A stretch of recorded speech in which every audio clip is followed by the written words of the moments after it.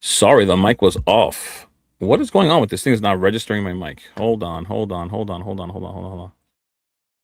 Yo, yo, yo.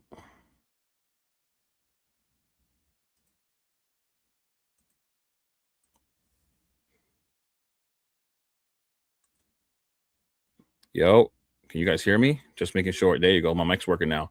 Sorry about that, guys. What's up? We are live. We are live. Welcome to the stream. Sharing it to the Discord real quick. I hope everybody's having a great day. What's going on?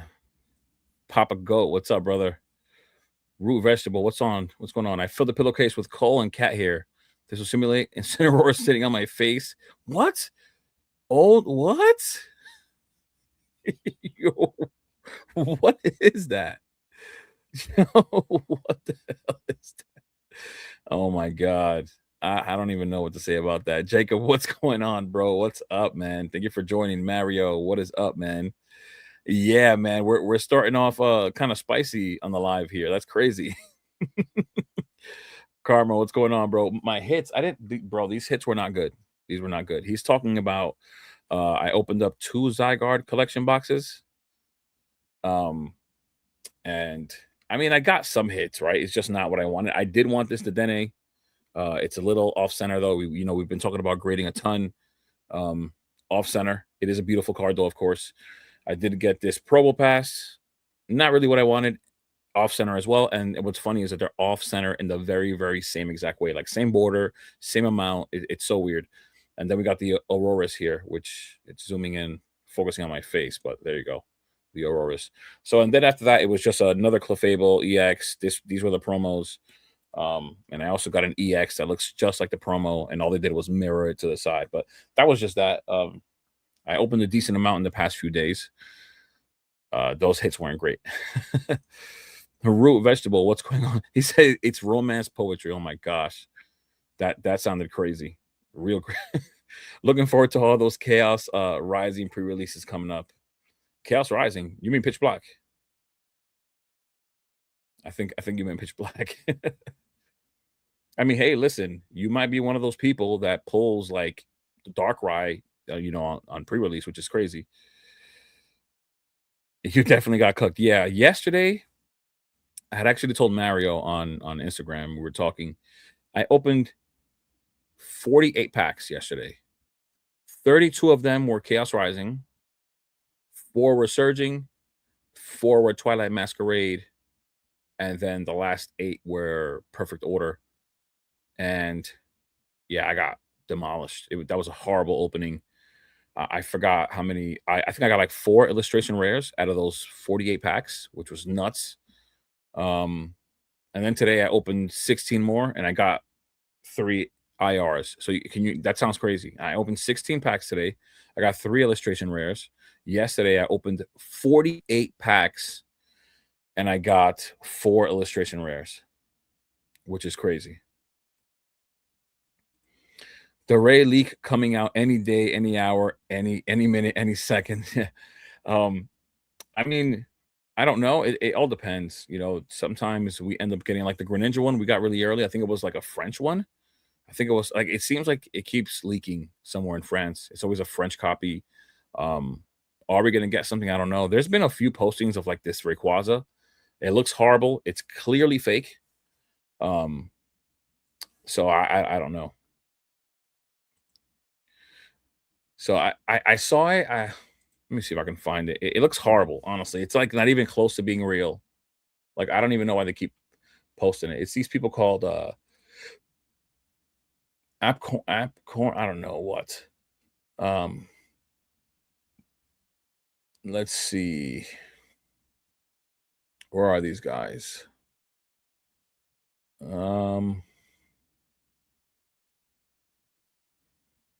Trying to see if I find it. Their account on Instagram.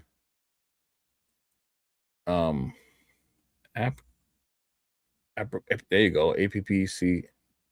These guys keep posting this Rayquaza, and it looks nothing like what the card's gonna look like. Like I'm so confident in saying that. This is what they keep posting. Like, come on. This doesn't even look close. It doesn't even look close. There's a Caterpie, a Metapod. There's the regular Rayquaza here. The second evolution is a Metapod. The evolution is a Metapod. And the set has a total of 76 cards, I believe. I could be wrong. Let's see something real quick. I'm pretty sure.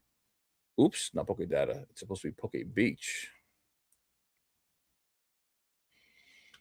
Poké Beach has something about, I'm pretty sure it was 76 cards.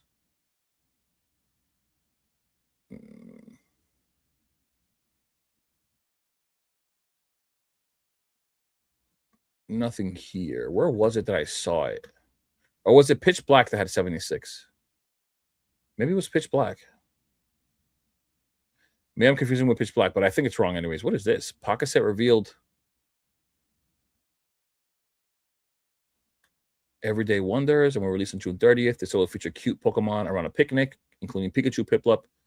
This is TCG Pocket, though, so it's not going to have anything to do with us. But they always make some really nice cards for TCG Pocket. Like this Pikachu would go absolutely crazy if it got released in the TCG. This could have been in the 30th celebration. I mean, like, please, and without stamp, because the stamps ruin everything. And then, like, this Sylveon looks amazing. I mean, they always make some really nice cards for these sets. But yeah, this card just isn't even close to being real. Not even close. So I guess I expect the Ray to get shown at some point, but it's also got to get pulled first. Of course, somebody's got to pull it. We don't know where or when it's going to happen. But I mean, I don't know. It's supposed to release November 6th. I think it just said right there. When is the 30th releasing? Why do I feel like I'm forgetting everything? Let's see this.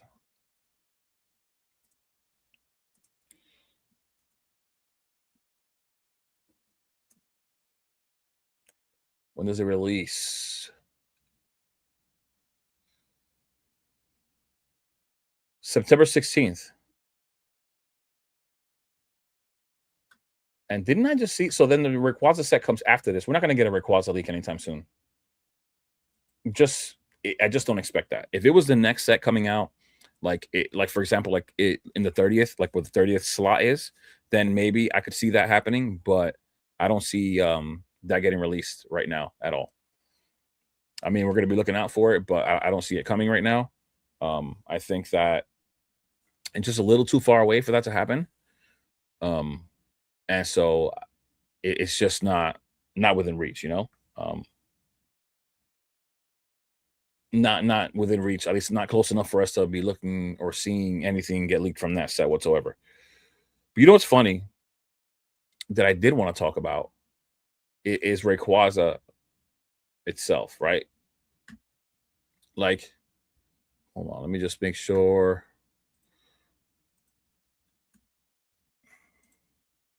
Right? Because one of the things that I was thinking about for like for what's like with what's happening right now, like all the like I even heard Pokeflummer, he feels like we've hit the top or something like that, and he feels like it's really going to slow down. And you know, there's other people selling their collections. You know, I've been having a conversation with a Poke Painter from the Discord. He was able to buy out a small collection. I saw something on Facebook about collections as well. I saw somebody selling a $104,000 collection on Facebook. Like, I wish I could buy it out and flip it, but it can't happen. It's just that's too much.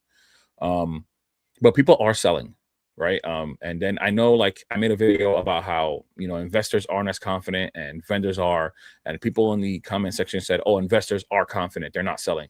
Well, whether you want to believe it or not, regardless of who you are, people are selling their collections, from small to large collections. But even though people are a little afraid, I did want to talk about like these cards here that are moving, right? Like this Rayquaza, just 3 months ago alone, was $700. We're now at $1,000, right? Then this Rayquaza is at $972 market price. Why is that not near mint? I should have selected near mint earlier before even coming onto this page. 920, 972. It was $910 3 months ago. Not crazy, but still moving. Oops, let me go back here and put this near mint. But one of the things that people haven't been realizing, even though things have slowed down with the sealed market, you know, demand is still there. Like it hasn't gone away. Demand is taking advantage of every opportunity that comes by. And right now, it just seems like people cannot justify buying certain things, especially when the market isn't moving.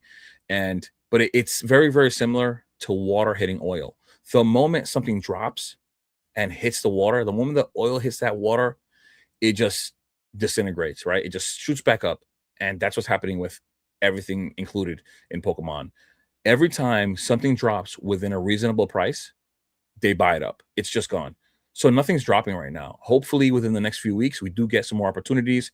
People like us will be able to buy things up. But just looking at how things have absolutely exploded. This card right here is one that I wanted to buy a while ago, and I just let an opportunity go. It's at 261 right now. It's just a much older card, so you're not seeing movement here, right? You're not seeing any movement in this card. But look at the listing at $400. If you go on eBay, you'll see a lot more of this card getting sold, and it's just doing insane, right? But if you look at the opportunities that we had here, right, looking at things like this Rayquaza right here from the Hidden Fates UPC, up 55% in the last 3 months, right? Then you look at like this Rayquaza here, this promo, XY promo, up 62%. Just money just consistently going into Pokemon in different areas. It doesn't always have to be sealed, but people are pumping money into all things Pokemon that even smell like an opportunity, right? Even like, where's the amazing rare, right? Like all these cards right here that are within reach are all they all did insane things in the last 3 months. But where's that amazing rare? That amazing rare was like, what was that thing, like $10? Maybe under 10. I think it's like 20 something now. Yeah, 28. Yeah, 3 months ago it was $13. We're now more than double, up 104% on this card here that most people just don't like. Most people do not like the amazing rares, right? That's why they're old and not expensive. And just everything is moving. You know, Crown Zenith, Rayquaza, this VMAX from Evolving Skies is moving. And then so I spoke to you guys about vendors, for example, speculating that we're going to be getting more Gen 3 Pokemon in this Rayquaza set. And so I thought to myself, well, first off, I was already trying to buy some Gen 3 Pokemon. I was trying to buy Torchic, Trico, and Mudkip, just things that I was buying from Crystal Guardians. There's like Crystal Guardian stamps. They look amazing. Actually, I have one that came in today. Where is it? Here we go. And I love this card. This is my second one. I actually didn't realize that I ordered 2. But this card is beautiful. Beautiful, beautiful card. This is not like grade worthy because it's way too off center. But in a 10, these cards do crazy. But remember, it's Crystal Guardians. A single pack of Crystal Guardians is actually crazy. Like, you wouldn't even want to try to rip this set. Come on, camera. Focus. There you go. Look at that. It's a reverse hollow Crystal Guardians stamped Trico. Beautiful. And so each starter, Trico, Mudkip, and Torchic, have 2 versions of this Crystal Guardian stamped card. So I don't have the second Trico. I have a second one of this same exact one. I have the 2 Mudkips. I have a Torchic coming in. But the point is that they're supposed to be, people are speculating that Gen 3 Pokemon are going to appear in the Rayquaza set. So it just so happens that I'm picking up Gen 3 starters because I wanted them. And I got curious, right? And I thought to myself, you know, what mega Pokemon from the Gen 3 era do I think is going to pop up? Which one is actually popular and has a mega form? Just real quick comments. I fought Japanese. What? All the Japanese sets on July 31st? I'm not sure about that at all. People panic too easy. It's true. It's true. Is Pokemon really going up, or is the dollar just crashing? Yeah, Kevin, I think you know the answer. I know for a fact that you know the answer. So real quick, I thought to myself, what Pokemon can I pick up that I assume isn't going to be like really expensive, um, but has a mega form and is really popular. And I thought to myself, I know what Metagross, right? And then I started looking up the Metagross from Temporal Forces. I love that Metagross. It's kind of hard to gem. And if we look at, I haven't even double checked this real quick. Um, I have not double checked this at all, but there were listings on eBay at like $47, $60 near mint. And let's look for that Metagross. So it's moving. It's just like moving in the past 3 months as well. And I think it's something that other people are noticing as well, or at least speculating on, right? Because if not, then why is this card moving? I mean, aside from every single card moving, this card is moving. I'm accustomed to seeing this card in the $20 range. It's at $40 market price, guys. $40 market price for this Metagross. It's a beautiful card. I don't know what the gem rate is, but I do know that I've pulled like 2 or 3 of them myself, and they were always off center.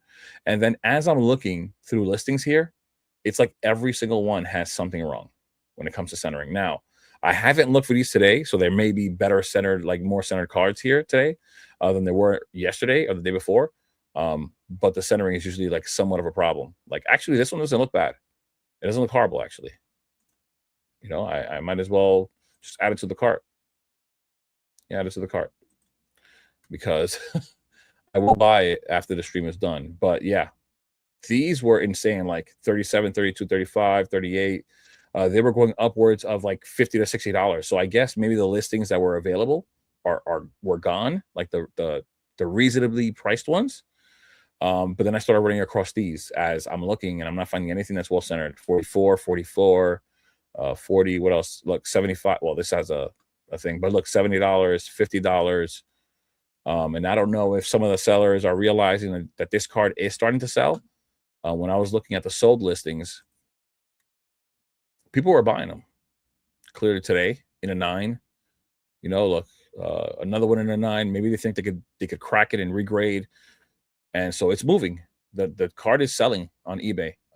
Different values, tag, PSA 10, and it's one of the coolest Mega Pokemon in Gen 3, and it's one of the ones that I think could actually like appear in that Rayquaza set. If it is like I guess I'm gonna call it a supporter SIR, because clearly the main chase within that set is Rayquaza. And so anything outside of Rayquaza, if anything, is just supporting it, right? Like at least that's how I see it. So I think that could be a play. You know, I really do. What do you guys think? Have you guys been speculating in any way? Do you think that the Rayquaza set has more? Is going to be stacked? Is it going to be stacked with more things in it? Like, what do you guys think?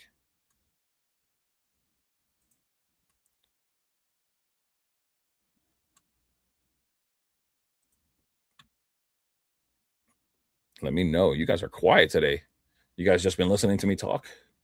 You love my voice.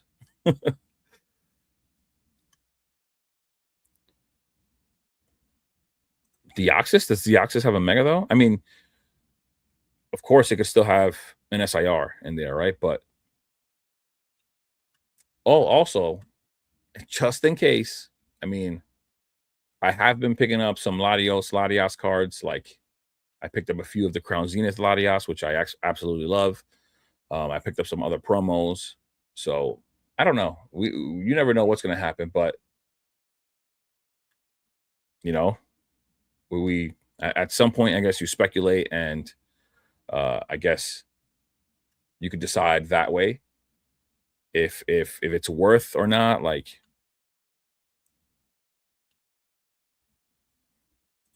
because I once again,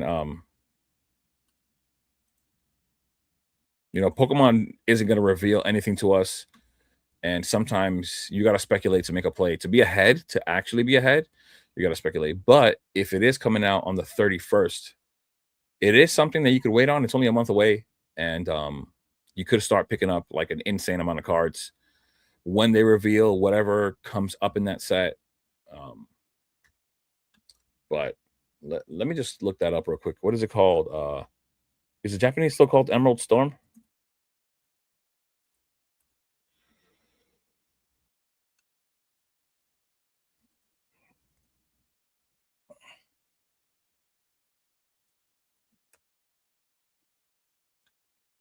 July 31st. You're right. You are right, Karma.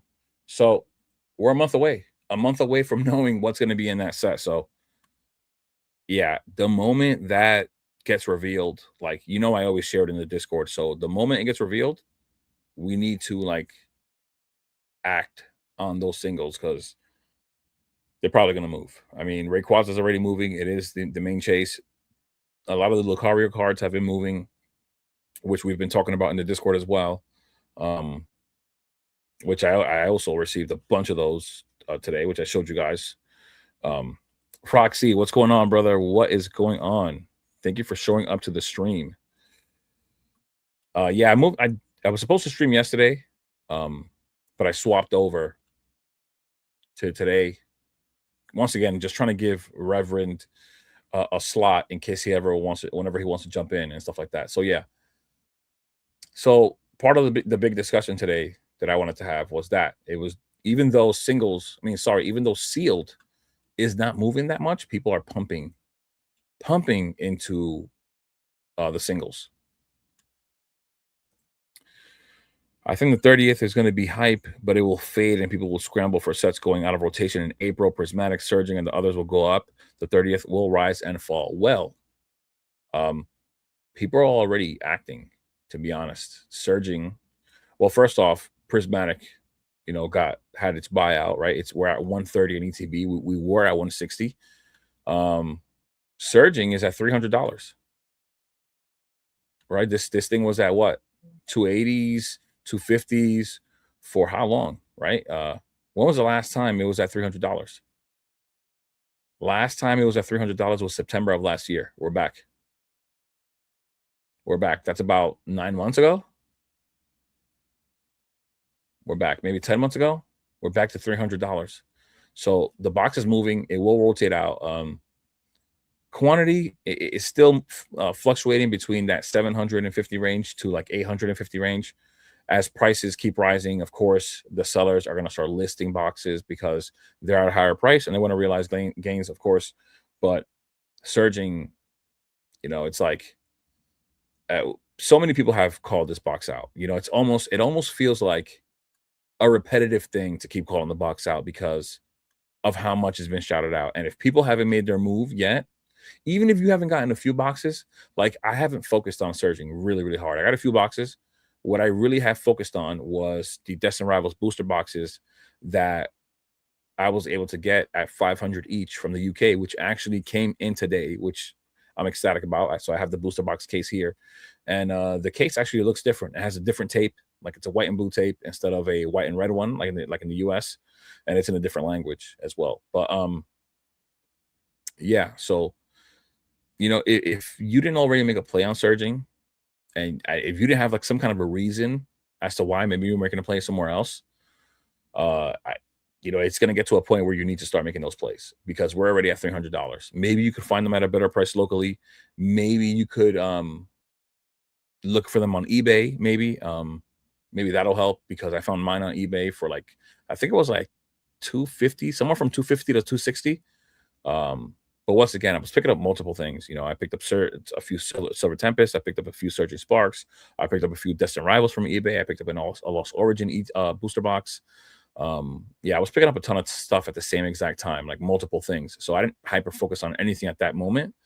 But I've really been focusing on Destined with that booster box case. And now, if like for those people that are in the Discord, they know like we've been looking into a lot of singles because the singles market is moving. And in reality, there's plays on both sides of the ball, right? If you're looking at sealed, there's plays there. If you're looking at singles, there's plays there as well. So just trying to make plays wherever we can, just taking advantage of opportunities, right? I think that's where we should all be. I know, bro. I remember surging ETB was 120. I said, hell no. I waited for them to drop to 65-ish and got two, ripped them, and now I regret it. Hey, it's all good. Listen, like if you were here in the beginning of the stream, between yesterday and today, I ripped 64 packs. Chaos, Perfect Order, Surging, Twilight, and out of all those packs, I got 7 illustration rares. Okay, so trust me, I ripped a few things. Me and my fiance, I ripped a prismatic SPC, and it didn't go anywhere fast, right? So it is what it is, brother. Once we rip, it's either that we already know the house always wins. We rarely get the hits. It sucks, but it is what it is. Thought it would stay lower longer. Yeah, that's the case with a lot of things, right? Like the pumps that Destin Rival got, you know, um, didn't help the case, right? Destin Rivals is a box that we didn't anticipate it. I mean, it's a great set, but it doesn't mean that it was supposed to be at this value this quickly. Like if we're being realistic, like Evolving Skies took longer. So I know there's people out there that like to say things, oh, it's Destin Rivals. You don't know what you're talking about. They don't know what they're really talking about.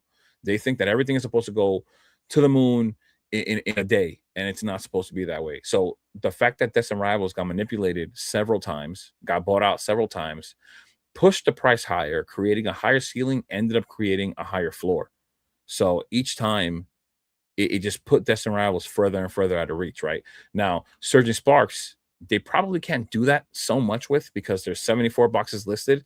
It's usually when you have a small amount of a specific box or product that makes it susceptible to a buyout, right? Like like I was talking about Black Bull and White Flare. Very, very low listings, mainly Black Bolt. Let's see where we're at now. I haven't looked at it in a few days. We're at 137, guys, with the average listed box at $200. You know, how long is it really going to take? We just bottom of page 1 is already at 190. What's page 3? Page 3, right here. Page 3, we're at $200, and each page allows for 10 listings. So 20 ETBs. If 20 ETBs get sold, we're at 200, and not even 20, actually 18, because these don't count, right? 18 Black Bullet ETBs get bought, and this is now a $200 ETB, just like that, right? Things like this are susceptible, so they can't do nothing with this. But whenever it happens, it always creates a higher ceiling and a higher floor, and it just puts things out of reach. The investors remember the cat scanning. Yeah, remember the cat scanning, weighing, I don't know, resealed. Oh my God. There are certain things that you could stay away from because of what can happen. Like for example, I am staying away from Ascended Heroes booster bundles locally because it's already been put out there that they can get weighed. Like people are actually weighing them, finding the god packs, and of course you're gonna rip them, and you're not getting them. And so for that reason alone, because of how viral those went, and because of how many people made those videos, it's so funny. There are people out there that want to act like they love the hobby or they're honest people, and then they go on their platform of whatever kind and they'll start weighing Ascended Heroes booster bundles for clicks. And I don't want to name people because I don't try to make enemies, but I do always pay attention to those that are honest, dishonest, disingenuous. Like as much as they play it, man, people act really, really well. Like there's some good actors out there, I'll tell you right now. And sometimes even a female will get overlooked because she's a female and people will think, she's not here for the wrong reasons or whatever. But things like that I will stay away from. Like once something like that goes viral, I know they're gonna, like, guys, people fight over Pokemon. So once I see that something goes viral like that, I will stay away from the Ascended Heroes booster bundles. It's just I'd rather play it safe than anything else. It's not even a fear. I'm just staying away because I'm not gonna put myself at risk and try to trust some random person that I don't know from the hole in the wall, and making that person just not that trustworthy, at least. Searching is just different. It reminds me of mid-era stuff, the colors, the logo, and whatnot. It's a great set, man. It really is a great set. The Pikachu, it's actually really nice looking. It's clearly better in person than it is with this digital scan stuff that's on TCG Player, right? The Milotic is really nice looking. The Latias is really nice looking. The Latios is really nice, and it's connecting art with the Latias. Um, there are some really nice cards in there, right? And even as a sealed display, it's got a Pikachu on there, and it looks good. And that's the kind of thing that you look for when it comes to investing into this. You think, for example, like people look back at like Sun and Moon and see these boxes that have some insane values and don't really have great hits in them. And we're not talking about team up, cosmic, unbroken bonds, but you start looking at the other ones. You still have Crimson Invasion, Burning Shadows, and things like that. They have either one hit or nothing. They're one hit wonders. And they don't even have illustration rares in there, right? They don't have anything that any of these current boxes have within the Scarlet and Violet era and the Mega era. These two eras, and specifically anything else going forward, is probably going to be way further ahead than all these other boxes in the past, because they just have more baked into them, right? They have more to offer. And so, we think about the longevity of a lot of these products, and you think about what they'll do, what the others did in the past without anything that these boxes have to offer, right? You look at ETBs and you look at how valuable a Celestial Storm ETB is, even though it is, I'm just mentioning it because it's in my mind. It's a freaking stunning looking ETB. It's green, it's got Rayquaza on it or whatever. But the point is that if those ETBs can do well, why can't the ETBs from now do well? Especially since the ETBs from now have better sets, they have promos, and they're just as displayable. So it's just the way I see it. Going to pick up Jolteon from Prismatic tomorrow in a 10 will put me at 6 out of 9 in 10. That's crazy. Still need the Eevee, Glaceon, and the big boy Umbee. Well, I mean, the Umbreon is the one that's going to hurt. I think I'd rather go pick up a raw Umbreon. Clearly, this is just for your collection. At least I'm thinking it is. I'd pick up a raw Umbreon that is like 10 worthy. I'd look for it, because you have time. There's no rush, really. And then the Glaceon and Eevee are clearly much more affordable, and I would just buy those straight out. But damn, that's a lot. 6 out of 9 is crazy. That I don't even have one of those in the PSA 10. The Chaos Rising PCTB is so beautiful. I can't wait to snag one up. It's gonna be my final birthday gift for myself. You know what? They have actually pulled back in price like a decent amount. Like if you were gonna buy Chaos Rising PC ETBs, like this is the time. I think last I saw they were like 160. And remember, they were 200. Let's see on TCG Player, and then I'll even check on eBay, see what the listings look like there. Oh, they're out. Why is there? Tell me, guys, how does this make sense? Why is this listing here? A case of 4. We clearly can't get that. So why is this? This must have been something from the UK, but either way, like that shouldn't even be a category. And then the regular one isn't here. That's nuts. Oops.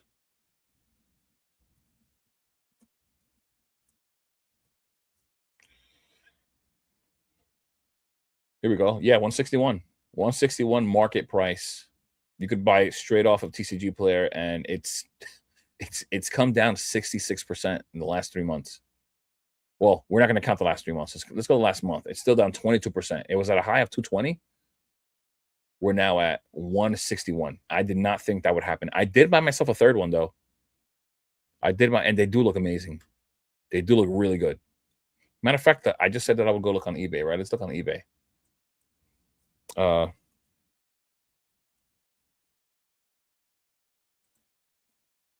should have put ETB because this was going to come up. I knew it. 155, 160 basically with shipping, 175, 185. Listen, TCG Player looks better than this. You're going to pay tax on both sites. TCG Player looks better. If you could find it locally because of the market price, and do that. But yeah, TCG prices, which is rare, are better than what we have here on eBay. So I would do that. Or maybe if you want to be patient, you can look at these auctions. But outside of that, clearly it looks better on TCG Player. I'd rather pay this, right? The listings are here. 170. Actually, the lowest listed is this one right here. There's only one. At least these two, this is not bad. 162, 163, 164. After that, you're at 170. So there's two listings for two only at that price point. So it is a very nice display. As a matter of fact, I have I have them within reach in acrylics, but I have the one. I'm gonna grab one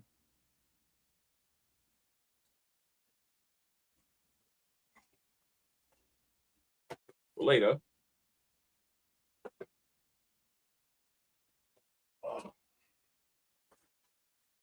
This thing does look beautiful. It does. It really does.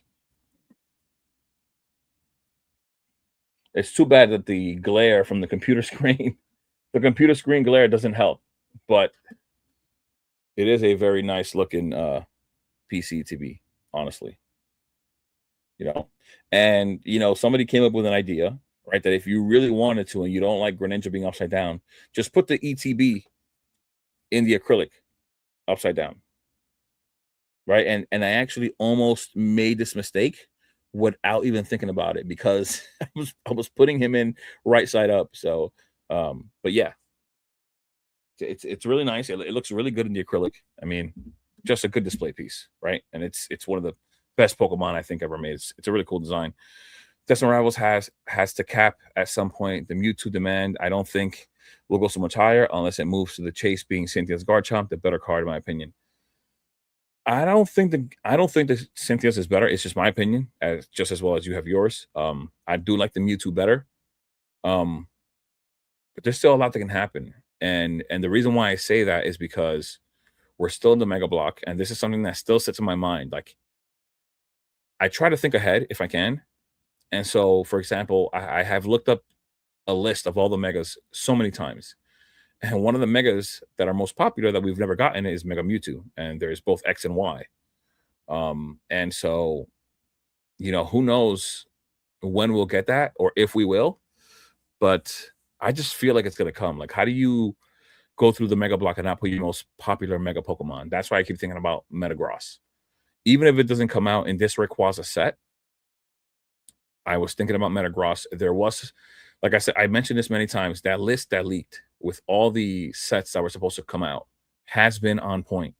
And one of the ones that was on there was a Ruby Sapphire, like a shiny Ruby Sapphire set.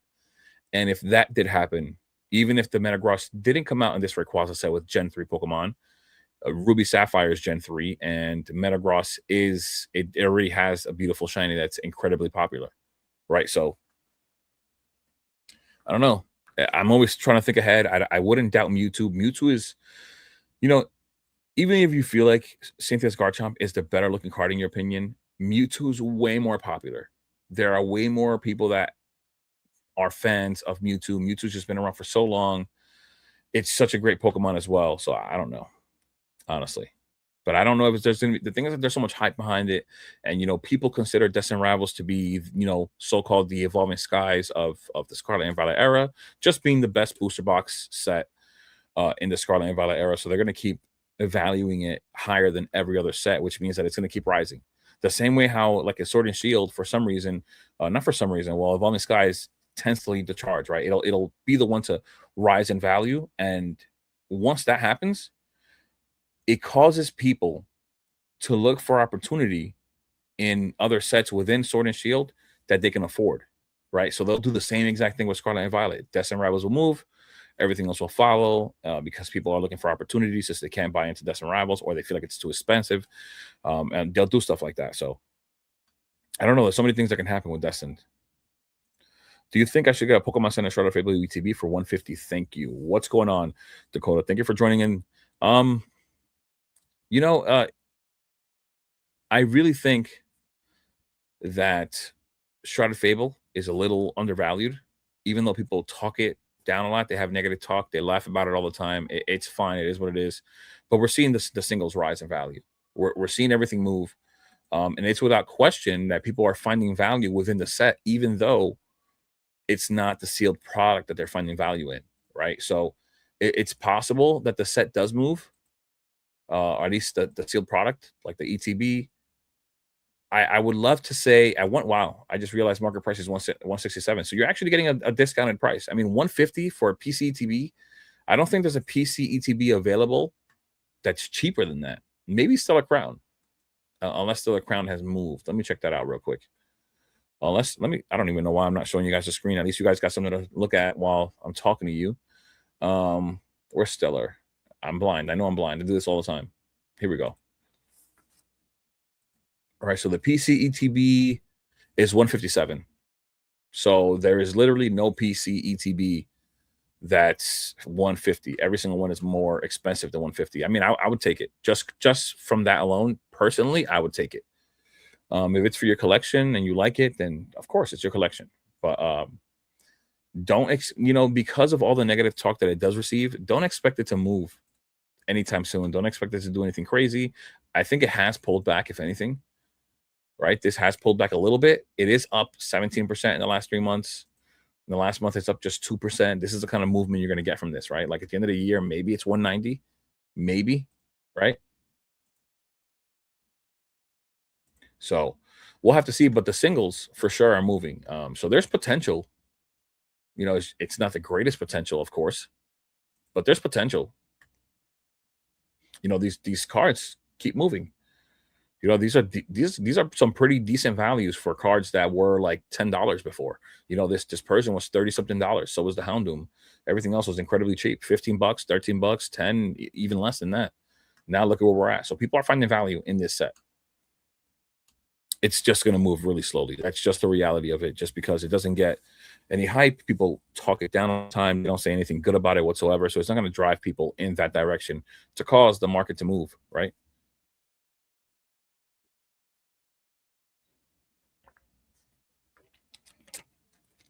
It's just something to be aware of, so that when you make your decision, whether you want to buy it or not, because ultimately only you can make that decision, right? I can give you my opinion as to what I think or what I would do.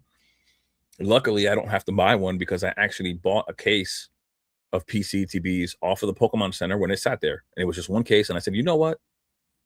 What can it hurt buying some PC TBs at $60? So I bought 4, comes in a case, right? And I'm happy that I did get it. It could just sit there. I don't care how long it sits there, really. I don't even acknowledge it, but it's there. So hopefully that helps. Hopefully that helps, man. Bro, I had a black bowling rifle ETB. They never shot up. So I said, screw it, ripped them a few weeks ago, right before they freaking rose. I was hunting for a god pack and got Dewa. Dewa is that is a nice card, though. That is a nice card. I will say that. Don't feel bad. I ripped more than you did, and I got a Snivy. And I think that was like from the good cards, the desirable ones. I think the only thing I got was a Snivy, so don't feel bad about that. Bro, just on release day, it was 60 bucks at GameStop. Yeah, GameStop wasn't doing anything crazy at the time. They've clearly changed their ways. They're not for us. Adro, what's going on, bro? Thank you, man. I appreciate you, man. Thank you for showing up. Pokebox, what is up? Welcome. Concept, what's going on, guys? Squirrel, what is up? What's up, guys? Integra, what is going on? I'm sorry behind in the comments, but thank you for stopping by. SV Era and Mega Era are undervalued. Anything under 500 is, oh my goodness. He's trolling, guys. He is trolling. He's trolling, okay? This is just, you know what's funny? I think he's saying this because of all the times that I've had people come into my comments, and I mention it all the time, and people keep saying that anything, for example, anything Ascended Heroes, any ETB for Ascended Heroes under $200 is a buy. Now, it isn't a question that long term the ETB is going to do well. But I don't remember how long ago was it that I said that I think the ETB wasn't going to do anything too crazy, and it stayed for there for a good while. Now, if we look closely and we think about the market and how honest things are, how honest people are, there clearly aren't the most honest people, and I'm going to show you why. And I probably should have made a video about this today, because people love to manipulate the market, and Ascended Heroes shouldn't even be within reach of the word susceptible or the word manipulation because of how new it is, how much we have out there. And in case you guys aren't aware, which I just realized this right now as we're talking, and I love how this happens live, right? $211 market price. Why? Why would that be, guys? Look, we have listings at a 183, 178, 175, 182. Why? Oh man, it's because there are some real scumbags out there. And I'm sorry if you guys don't agree, but I'm sorry. A purchase at 268, 263, 258, 254, 250, 246, 243, 238, 235, 232, 230, 227, 225, 223. I'm going to be making a video about this right after this live ends. This is nuts. Like, there are people that are clearly holding so much Ascended Heroes and need the value of the box to rise because the box has not been moving. Sales have been incredibly low in comparison to what we've been used to. Look at this. Every other day before, we were selling hundreds every single day, every day for who knows, since the day of release. Now we were down to 29, 33, 24, 32, 30, 45, 37. We were low, guys. We were low. This is low for Ascended Heroes. There's clearly somebody that was holding, or several people that were holding, that decided to manipulate this price. And it's nuts that that's even possible. Like, it shouldn't be possible to be able to manipulate this market in any direction. So, for example, and what's even crazier is that TCG player will step in. TCG player will step in to correct like some sort of manipulation if it's to the downside. If people put up listings at like 40 something dollars and they buy several of them and it pulls down the price, they will step in and fix it. And keep in mind, they have a fee, right? So they have a percentage fee. The higher the price point of something, I know it caps. I know it does cap at some point. The higher the price point of a product, the more they get a return because it's percentage, and the lower, the less. So when the manipulation goes to the downside, TCG player will step in. When it goes the other way, when everything's being pushed up, they don't.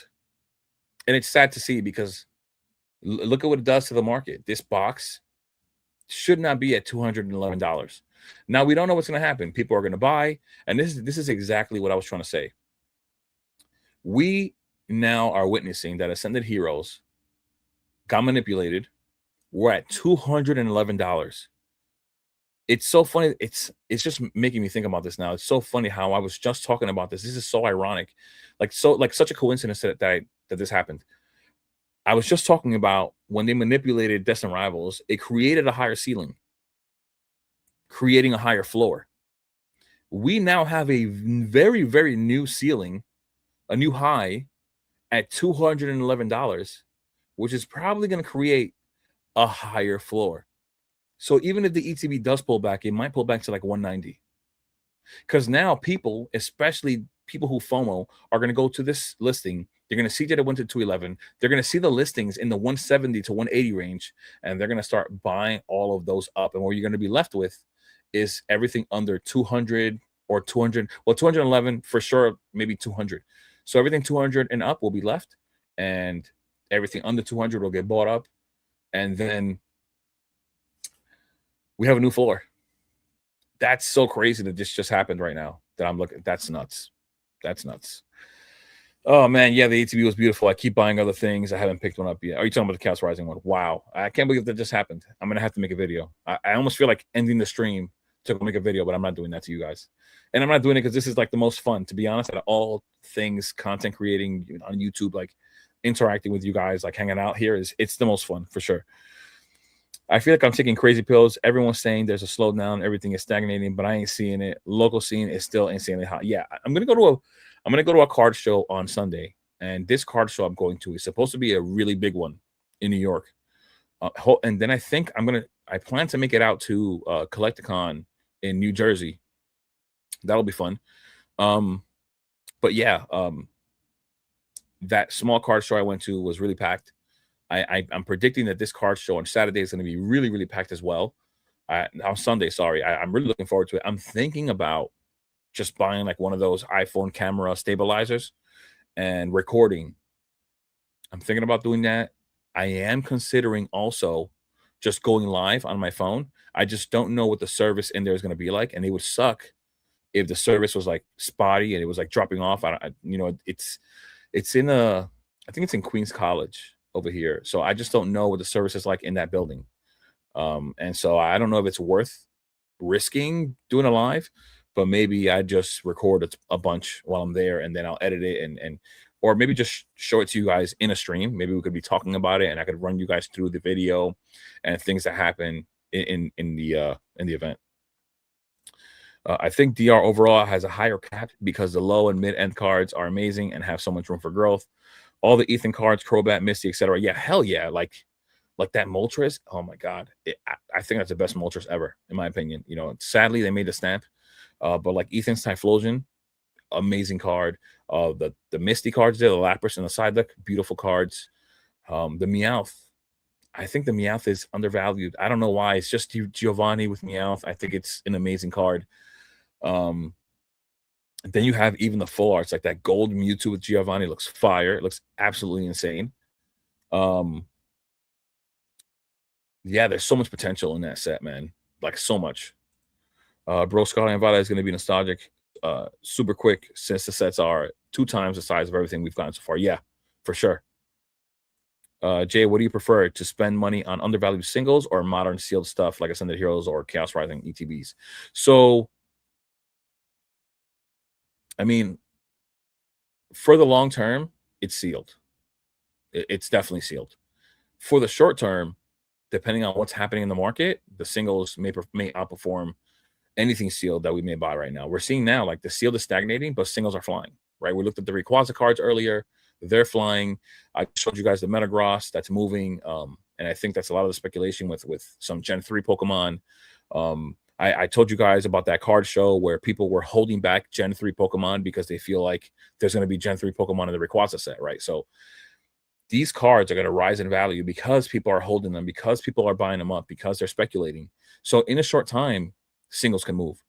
Sealed, though, you know, over time, you know, like even though Ascended Heroes got bought out recently, if we look at the chart before this buyout, it's a manipulation. Before this chart, look at this from May 3rd. So almost 2 months. For almost 2 months, Ascended Heroes, regardless of how good the set is, was going flat. It was going horizontal that whole time, around 180, until it got, you know, of course, bought out and manipulated. Sorry. So even some of the best sets, we're looking at Destin Rivals isn't moving right now either, right? They're gonna stagnate. So that's the thing. The sealed, if you're gonna buy sealed, focus, you know, long term. What do you think it's gonna do long term? Singles, you know, work with what's hot and what's gonna come, right? Because it's just the way it works, and there's no debating. It doesn't matter if you like the Pokemon or not. It doesn't matter. Darkrai is a cool Pokemon in my opinion, but most people don't find it to be like their favorite Pokemon, and it isn't one of the most popular Pokemon out there. But every single Darkrai set pumped, right? Rayquaza set, of course, is a really popular Pokemon. All the cards pumped. We're getting Lucario again, right? Because we already got him in Mega Evolution. We're getting him again in Aura Seeker, which is so funny. Like, I mentioned last stream, I believe. I forgot where I mentioned it. Was it in my last video or last stream? I don't know. But I mentioned Mega Mewtwo, right? And people are saying, well, I don't think that we're going to get Mewtwo in the same era because we already got him in Ascended Heroes. And we already got him in Destined Rivals. I can't see Pokemon doing it again. Really? Lucario's in Mega Evolution, bro. and we're getting him again in January. So, yeah. It's, you know, you can't fight the market. That's just it. If you see things coming, I think it's worth buying up, for example, some Lucario cards right now, which I do myself. Even though I know some people try to like hide their plates, which is fine. I understand it. But like I show guys all the time, like whatever I think may happen, just in case. I don't think it's gonna hurt buying some Lucario cards. And these are just these. There are other ones. I don't know where they're at right now. So I'm just gonna show you these. This is what came in the mail today. Like this is actually what came in the mail today.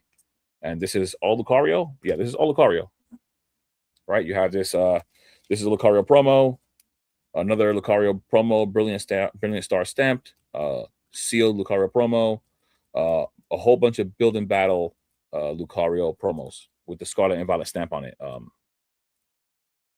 Return on the Scarlet and Violet stamp is really nice, actually. These cards are like $3 to $5 each, but the gem rate is low. So when you're buying these up, you're gonna have a hard time finding some gradable copies, right? Like out of these 6, I really have 2 out of the 6 that I feel confident in.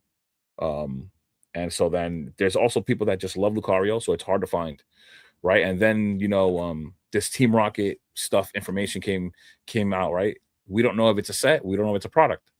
Even though I don't know if it's a set or a product as of yet, I did buy some of these, right? The Team Rocket's Giovanni from what is it, Ascended Heroes? No, sorry, Destined Rivals, and the Giovanni from the Giovanni SIR from 151, which surprisingly so, this Giovanni, sorry, wrong one. This Giovanni's Charisma is one of the most affordable cards in all of 151. But if a Team Rocket set comes out, I believe that Giovanni cards are the ones usually to pump, and things like that. So, when it comes to singles, I try to pick up some things that are going to be affected right now in the short term. And then, long term, like I said, sealed, that I think is, valuable. Vegan, what's going on, brother? Yeah, I knew you were trolling. I knew. Fino, gang, brother, what's going on, man? What is going on? Jose, I think you're late in the, maybe somebody can write to him. I think he's late in the video because in the beginning of the video, my mic was muted. I didn't realize I have like this, what do you call this thing? This thing right here. It's away from it now, but when I bring it down, it gets closer. And I tapped it and it pressed the mute button on the mic. So it was muted at the beginning. And he look at it, it's fixed now. I think he's way behind in the stream because the chat the comment says 8:18 and I've been streaming for almost an hour now. DJ, what's going on, bro? What is up? You haven't missed much. We've just been talking about how there's still things moving in the market, even though people are like saying things about things crashing. Plumber, love watching his videos, but he mentioned possibly being at the top. There's guys within my Discord, a guy in my Discord specifically bought up a collection being offered to him. He bought it for 80%. There's collections by me being put up on Facebook. I brought up a $104,000 collection that was put up on Facebook by me. There's another one that's listed at 5,000, but being in New York, the guy wrote not taking percentages because he wants 100%. These people they're so crazy over here. It's either you understand the market, the Pokemon market, or not. And the guy wants 100% for a $5,000 collection of PC ETBs and random ETBs in there. It's not happening. So you haven't missed too much. Singles moving, money still being pumped into Pokemon, even though it's not sealed, it's still going into singles. Rayquaza set, like I said before, cards moving, Lucario cards, Metagross cards, just a lot of things going crazy right now. Slabs still being bought. You didn't miss much though. When you go to Collecticon and others show you, well, when you go to Collecticon and other shows, you should record it for sure. Okay, I will. I mean, I'm also thinking about memory. I don't know how much memory is going to take up on my phone. Should I go invest into a camera, and if so, what camera? And then if I am going to invest into a camera, how often? That's another thing, right? How often am I going to use it? Jesus Christ, look at this tan I have here. I'm just looking at this now from walking around at work. I am still a plumber, guys. So, but I work for the city now, so I'm walking around outside a lot. Holy smokes. Oh my goodness. I didn't realize how much I was tanning. But yeah, I want to. I just don't know. And I am I'm really thinking about vending. I'm thinking about vending. I'm thinking about 2 things, and I was going to make a video about this. I don't know if I will yet. I may not. I'm thinking about either vending or starting an online business. So I may be DJ Poke Center's competition in a little while. I don't know what I want to do, but I think it would be fun. I think I would really enjoy it. And then again, I don't think me and DJ have many of the same viewers anyways. But I've always wanted a online store. This is why my YouTube name is actually JayKetchumTCG. It's because I was supposed to have a store before, and We ended up having construction in our apartment. We live on the first floor, and there was a 4-inch steam line. For those of you that do know plumbing, um, that there was a leak, and they had to tear up like 30 feet of our floor, and it was like concrete, dirt. They had to like chop it up, like it was insane. So I couldn't do anything for like 3 or 4 months. And at that time, there was like some really, really great opportunities to start up an online store, both just doing the process and what I was doing. Like I was out of work for a medical reason, so I was out for like 4 months, and those 4 months were the 4 months that they were doing construction, which could have been 4 months of me focusing, like hyper focusing onto a website, onto just the business and things like that. And at the time, this was when Prismatic had first come out. Product was still like readily available, affordable. Like the opportunity, I felt like it left me at the time. So I kind of like took the wind out of my sails anyways, and I kind of decided not to do it. But now I'm finding myself wanting to do it again. I wish I had done it before. So I'm in between vending and an online store, or both. And if I do both, I just hope it's not overwhelming. If I were to try to do both, I hope it's not going to be too much. Um, I don't know. I really hope that I were to be able to actually keep up with it and do both, because I just want to get more involved with the hobby. Yes, it is the business side of the hobby, but I will develop more connections, more friends. And it's something that I was talking about in my Discord. Like, it probably would be amazing to have friends here, like for example in New York. I don't have any friends that like Pokemon at all. The only person that I know that likes Pokemon is my brother, and he is nowhere close to as involved as I am. He doesn't want to even look at the market. He doesn't even want to touch Pokemon until it goes back to MSRP. So he is not going to be involved for an incredibly long time. And outside of that, I just simply don't have friends that are involved or like Pokemon at all. So it just leaves me. And I think that if I were to vend online store, I'll just develop connections, build friends in the hobby, and just continue to having even more fun, right? Because I think when you can share with other people, it just is much more fun that way. Aside from me sharing it for my girl, I do, but she's also not involved in the market stuff, the business side of things, even though she wants to support and she actually wants to help me with the business side of things. At the moment, she's not involved whatsoever with the stuff. So the only thing she wants to do is rip Prismatic. So outside of that, that's it. But yeah, I'm gonna try. I'm gonna try. The If I get a camera, um, if I get a camera, that means I'm probably gonna vend.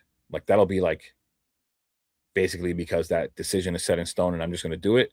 And so then you'll see me with a some kind of a camera. I would love to have that content though. Like it would be cool, like to be able to go live while vending, kind of like Coop's Collection does, and a lot of these other people, they go live and vend. I think it'd be cool, you know. I think even you guys would keep me busy when nobody's at my table. I think it'd be fun. Up to 50 prismatic ETBs, 6 SPCs. Might grab some Surgeon Sparks if I see them at a good price. Also, how you feel about Twilight? What's going on, Card Craze? So you got a good amount of ETBs. I mean, I have 2 cases myself. You're catching up. You're catching up because I have not been picking any up. I don't. You know what sucks? And just a little side note: picking up specialty sets takes up so much damn room. It's nothing like Deaths and Rivals. If I think about, so when it comes to Deaths and Rivals and Prismatic, if I think about the cash that I've put in, it's probably like the equal amount of cash that I've put into both. But Prismatic takes up like 4 to 5 times the amount of room, to be honest. It's so annoying. Like I want more Prismatic, but I almost feel like I'm forced to look into something else unless I look into getting a storage, which I am looking into. But the reason why I'm looking into getting a storage is for the possibility of an online store, not for my personal, investment or collection. So it just sucks. It makes me put a stand or a stop to prismatic ETBs because of that reason alone. Even SPCs are huge. I have 2 cases, huge. They're big boxes. You know, they take up a lot of room. So, um, yeah, Surging is great at a good price, of course. How do you feel about Twilight? I think Twilight's great. Honestly, I think Twilight is better than most people anticipated. I think that it also, like, I've heard several people talk bad um about Twilight, or just not, or the fact that it's not the very best set. You know, I think it's a nice set. It might not be the best set. It's not Destined Rivals. It isn't as packed as some of the other sets are, for sure. I'm gonna bring it up now. But I think it's still a nice set. I think it still has a lot of very in demand cards, right? Like, of course, the Greninja. I don't care what anybody says. This Greninja, this art looks amazing, amazing, amazing card. Like, I wish I had it. How many sets have a freaking Perrin, a trainer card that's $186? And it might be just a trainer, I know, but it's connecting art, and it has the Alolan Growlithe here, which is amazing. Is it Alolan or Hisuian? Which am I confusing? Hisuian, there you go. It has its face here. It's connecting art. Really, really cool. Nice card there. The Eevee, of course, just under $100 again, because it was there before. The Carmine is as well nice. The Chansey is really nice. This card is okay. It's Blood Moon, so but it's all right. Trainer card is nice. The Growlithe is really nice. The Pinsir is really nice. Some cards that I'm surprised have not blown up. Like, when we're talking about like cards that get pumped, like, I cannot believe that this card hasn't gotten pumped. Please, guys, if you are involved in any of those discords, please don't do it. I don't want it to get pumped. I love this card. I want to, when the time comes, and this is one of the things where, like, somebody in the comment section said, um, why am I losing my train of thought? They were talking about some things being undervalued and surprising that something hasn't gotten bought up. This is one of those, right? And also, another thing that was mentioned was thinking that something's going to stay at a certain price for longer. And I've done that with so many different things. And I'm already doing it. I'm showing you guys right now that I've done it with this card, because I have not bought this card up. Just myself. I'm not trying to manipulate it. I just want to buy a few copies, maybe like 10 of them, and just put them to the side. And that's it. I don't expect them to move at all. Right. Even this Tatsuguri is a really nice card. It's up to $23 now, though. It has been moving. Really, really nice card. Right. And then the freaking Infernape. It's one of the, like, it's, this Pokemon is popular. This is a very, very popular Pokemon, and it's sitting at $15. It has risen in the last 3 months, so it was at 12, I remember, 11, 38%. I think this is a really, really nice card. I'm happy it hasn't gotten manipulated in any kind of way. Honestly, I really am. But I'm really surprised that these cards are at these price points while we're seeing cards in sets that were hated, like Shrouded Fable.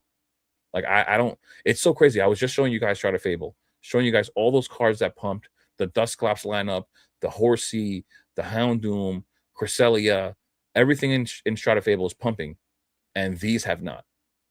Now, I just feel like at some point, because I know, and I'm only saying this because I'm in one of those discords, and I don't participate, but I'm in there because I like to follow what they're doing. I like to know what they're doing. They target a specific card every Friday, and I'm just hoping that it's not one of these. That's it. I just like to know what they're doing. They like to do promos a lot and stuff like that. But there's so many cards here that could easily get manipulated. Easily. You know, so you're looking at these listings, 111, 104 of these, more of the less desirable cards, 116, Infernape at 144, Pinsir at 117, Tatsuguri 92, right? You start to get lower and lower with the amount of listings you have here. They can manipulate these cards easily. Easily. All it takes is that one Friday that they choose one of these cards. They really will buy up like 60 of these at least. And I'm talking about 60 just because of the price point. I don't know what some of them are willing to put into sometimes, but if we go back 60 listings, which is 6 pages, right? We're going to go back to page 5. Let's just go to page 5, which would mean that 50 sold. This would already be a $20 card. 60 sold. Now you're above $20. May not be that much of a big difference right now, but it usually causes some kind of a rift here with the card. So people start FOMOing, they'll chase right behind those people buying up the cards, and then it'll run even higher. Like, I'm telling you, especially with all of these other channels like that keep telling you, best cards to buy under $10. There's literally a video every single day of best cards to buy under $10. I didn't even know we had that many cards, bro. And I know for a fact that a lot of those are just repeats, but like, Lord, like it's like those cards are not going to stay at that price, especially with that kind of content constantly coming out. I could go to my YouTube page right now.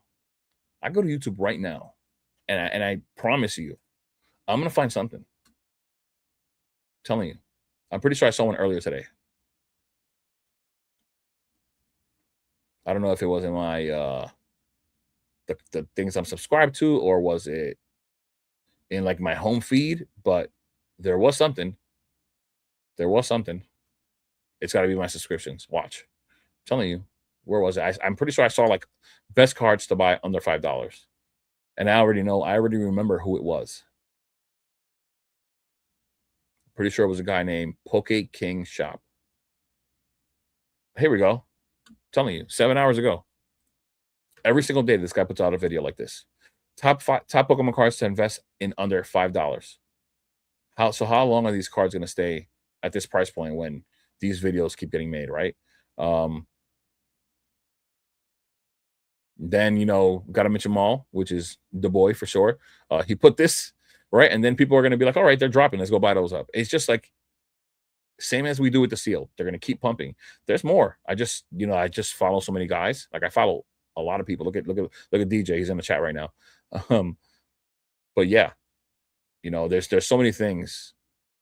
There's other videos. There's another guy, Jordan. Look, Pirate King Investments. Another one, most obvious Pokemon to invest in 2026. He makes a video like this almost every single day. Then you have somebody named Jordan Collects. Like, so just keeping stuff like that in mind, like why you wonder singles keep pumping, why you wonder singles aren't affordable. This is it. It's just, everybody keeps thinking about, the sealed investors like being in your face, constantly making videos. The singles investors, same, very, very same thing. And I actually passed, I think I skipped like 2 Mimic Brews videos as well. Mimic Brew as well, just always talking about singles. They're gonna keep moving. So many eyes on these things, right? And I'm really surprised that the pincer hasn't moved. I really like that card, like a lot. I'm really looking up to buy some. And like now that I'm thinking about it, I almost feel like writing it in my notes in my phone because I don't want to miss the opportunity for it. Sim, what is going on, man? Welcome. Thank you for stopping by. Poke Painter, better late than never. What's up, gang? What's going on, man? Thank you for stopping by, man. I appreciate it. I appreciate you guys stopping by on a Thursday night at 8:42 p.m. I appreciate it. I appreciate it, DJ. That is the one nice thing about cards. So small and easy to stack and store. Yeah, that's different. Singles, I mean, depending on who you are, it starts getting kind of crazy. I'm thinking about my stuff, and then I automatically thought about like Mimic Brews videos when he shows you like things he's got. I don't know how he keeps everything in order. Like he actually was talking about having things in order, but like this is just next to me because I don't know where to put this stack, right? And as a matter of fact, there's some of this stack here. Oh my god. Oh my god. Sorry, guys. This stack is actually bigger than what I just said. This is just this stack here, right? And then like, oh my god, bulk. Let's not even talk about bulk because I have stacks and stacks of bulk. Like, look at these. This is not bulk either, right? Like it's everywhere. It's everywhere. It really is. It really is everywhere. So eventually, it starts becoming crazy too. Like all of it does. But for sure, they're easier to store. I went for Priz bundles for that reason. Yeah, because it's so crazy. Like the 2 ETB cases I have, the 2 SPC cases I have, it's just like that takes up a lot. Just the boxes. Like ETB cases do a lot. They do. Cards are great for people limited on space. For sure, yeah, that's true. Carmen is gorgeous. The Chansey's fire. I actually pulled that one. I love it. Eevee Twilight is Twilight stacked. I actually have. I don't know where it went. I actually won a giveaway a while back by from Ty Pax. I don't know if you guys know who he is. Ty Pax, TY Pax. He just like rips cards from time to time, and he has shown them on stream. And I actually won a giveaway from some Twilight he pulled. He actually graded it. It came back a 9. He gave it away. I won it. It's cool. I have it somewhere around there. Inferno Fire. Yeah, I love that card too. I'm telling you, those two cards, Pinsir and Infernape, I want to pick up a few of those. I'm biased, but that Tetsugiri card is a classic. It's going to age super well. That's what I'm saying. Like, I'm so glad that those cards have not been pumped, manipulated in any kind of way, because those are still within reach for a lot of us, especially those who haven't made the move to pick some of those up. And sometimes it ends up just being a little too late, right? Where you end up not picking up what you should have picked up or what you were thinking about. Like, it's happened so many times to me, like so many times. Like, it happened to me with so much of Paldea Evolved. The Raichu, the Tyranitar, they were all like 30 to 40 bucks for who knows how long, 25 bucks actually for a really long time, and I never grabbed them. The Twilight ETB case barely have a premium over the loose ETB. Yeah, well, that's only because people aren't like so big on it, right? Like, if you look at like content, like for example, Pokechuck, right?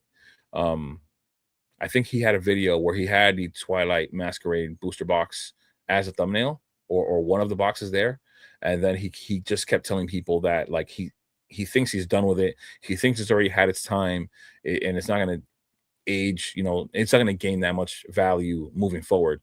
And so just things like that, do influence people to stay away from something like Twilight Masquerade. I said this before. I think content creators don't realize how much influence they really have on the hobby.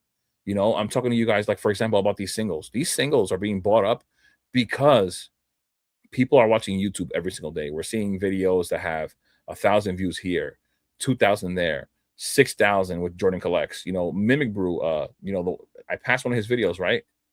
Let's just go to his page, right? Oh, this is alphabetical. Okay.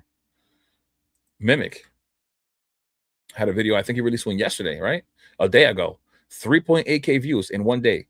He made one 5 days ago, 6.5K. He made another one that's there at 8.3K. So look at all these eyes that are on these singles. Like,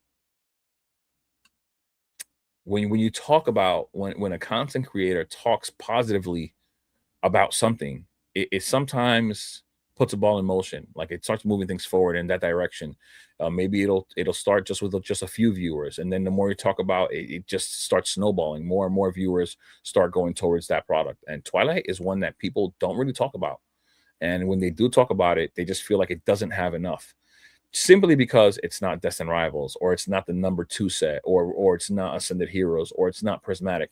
In reality, if you look at every single set, and I made a video about this, and DJ, I know I contacted you. This is one of the videos that YouTube screwed me with and did not push, which is annoying because, in my opinion, it was a pretty good video. I made this video. Let me see. I don't know. When was this stuff happening? I can't even remember when I contacted you. Videos. When did I have that big drop off in views? I had 401 views on that video, and none of my videos ever do that. I ended up making it private because something was messing with my algorithm. But the point was, of that video, if you bought products or sealed products, basically sealed booster boxes of sets that people told you not to buy, you would still be profitable right now. And that's one of the funniest things in this hobby. Everybody gives their opinion about what the better sets are, what I'm buying, what I'm not buying, because it's not the very, very best set. And they still perform, right? We're seeing Stellar Crown. Every time somebody talks about Stellar Crown, it's always in disbelief. It's always, why is this set so expensive?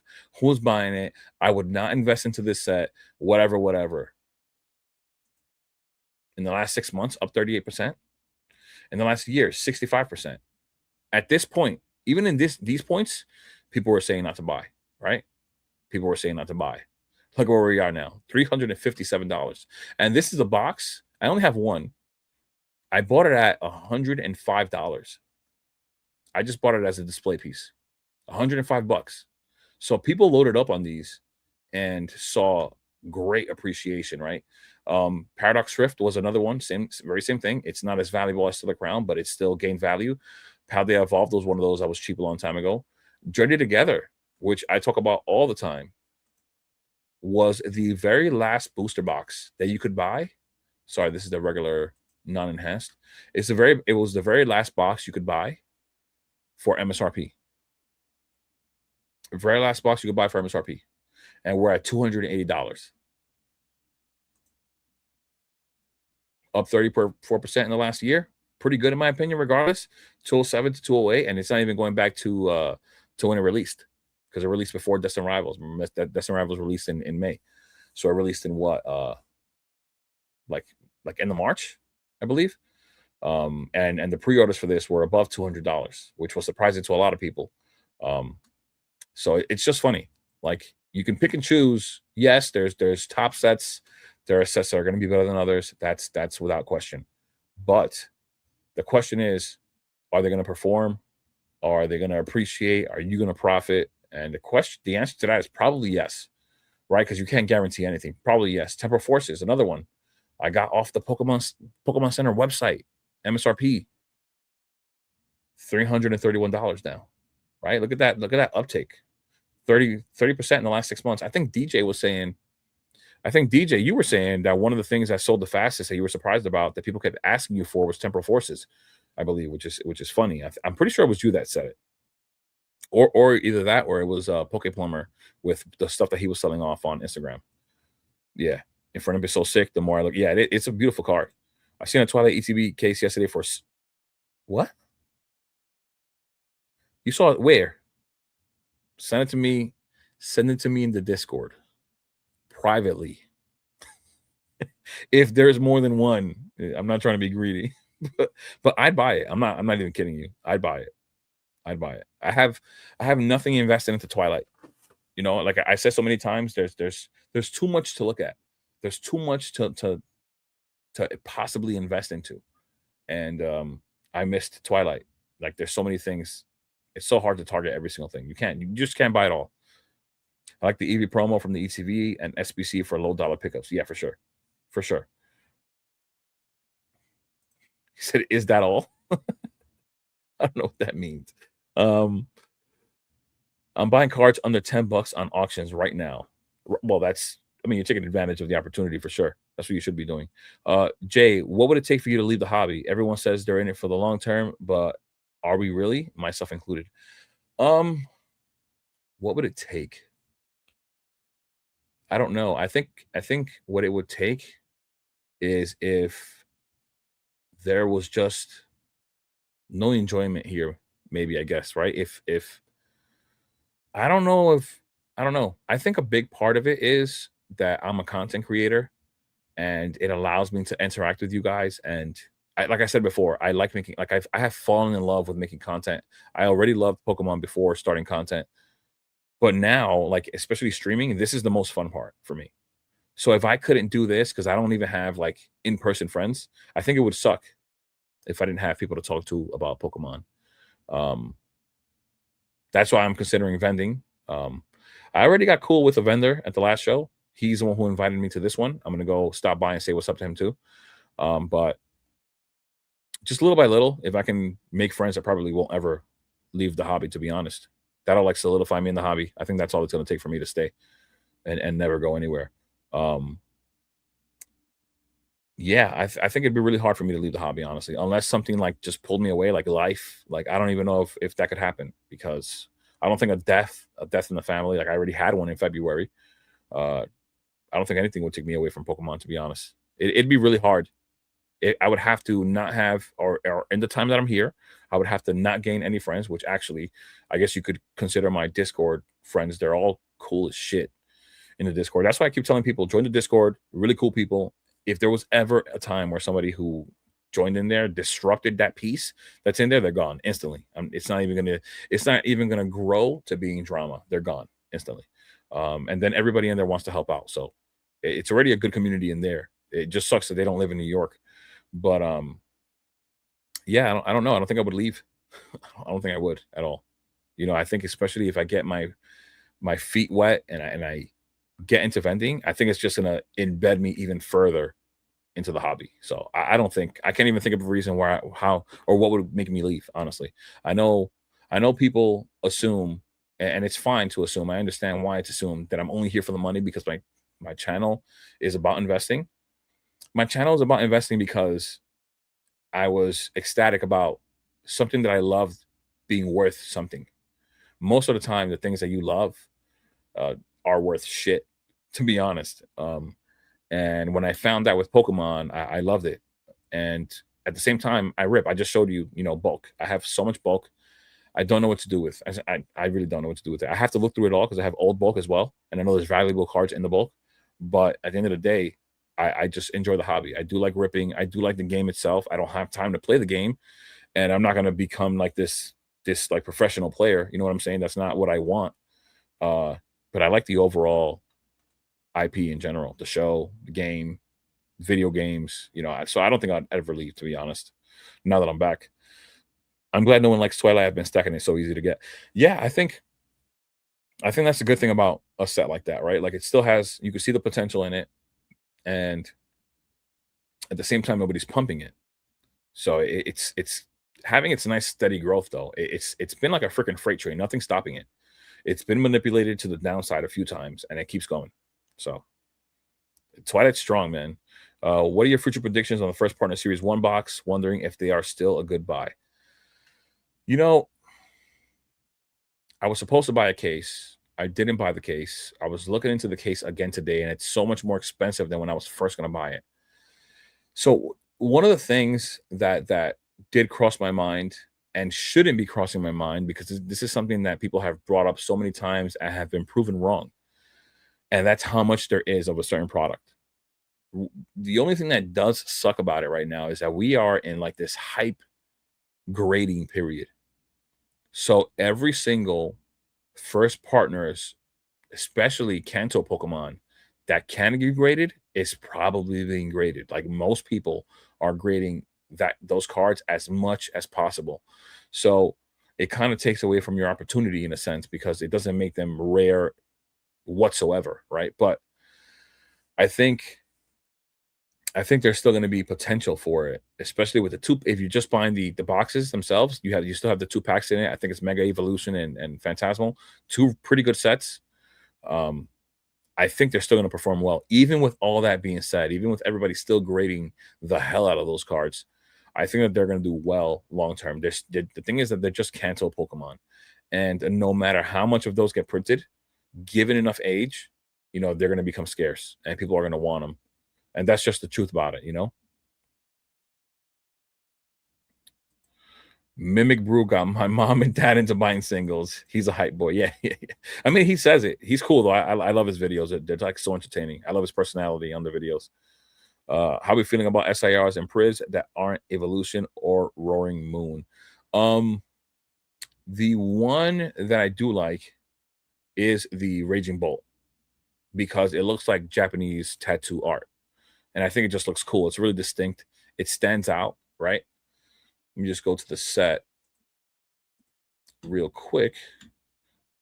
Maybe I should have gone to it on Pokédata because Pokédata um just shows the pictures better. What are we doing here? Why are you on Chaos? Sets. Here we go.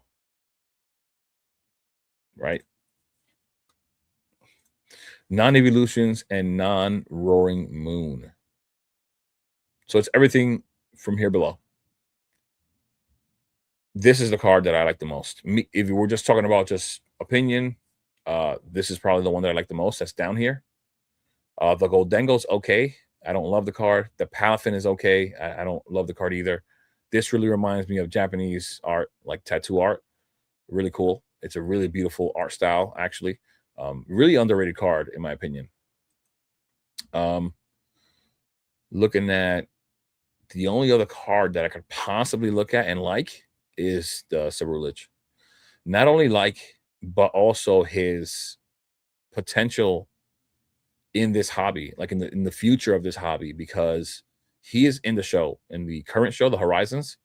He's in the show, and I'm telling you now, if you haven't watched the show, and I know I've said this before, he is one of the coolest Pokemon ever made.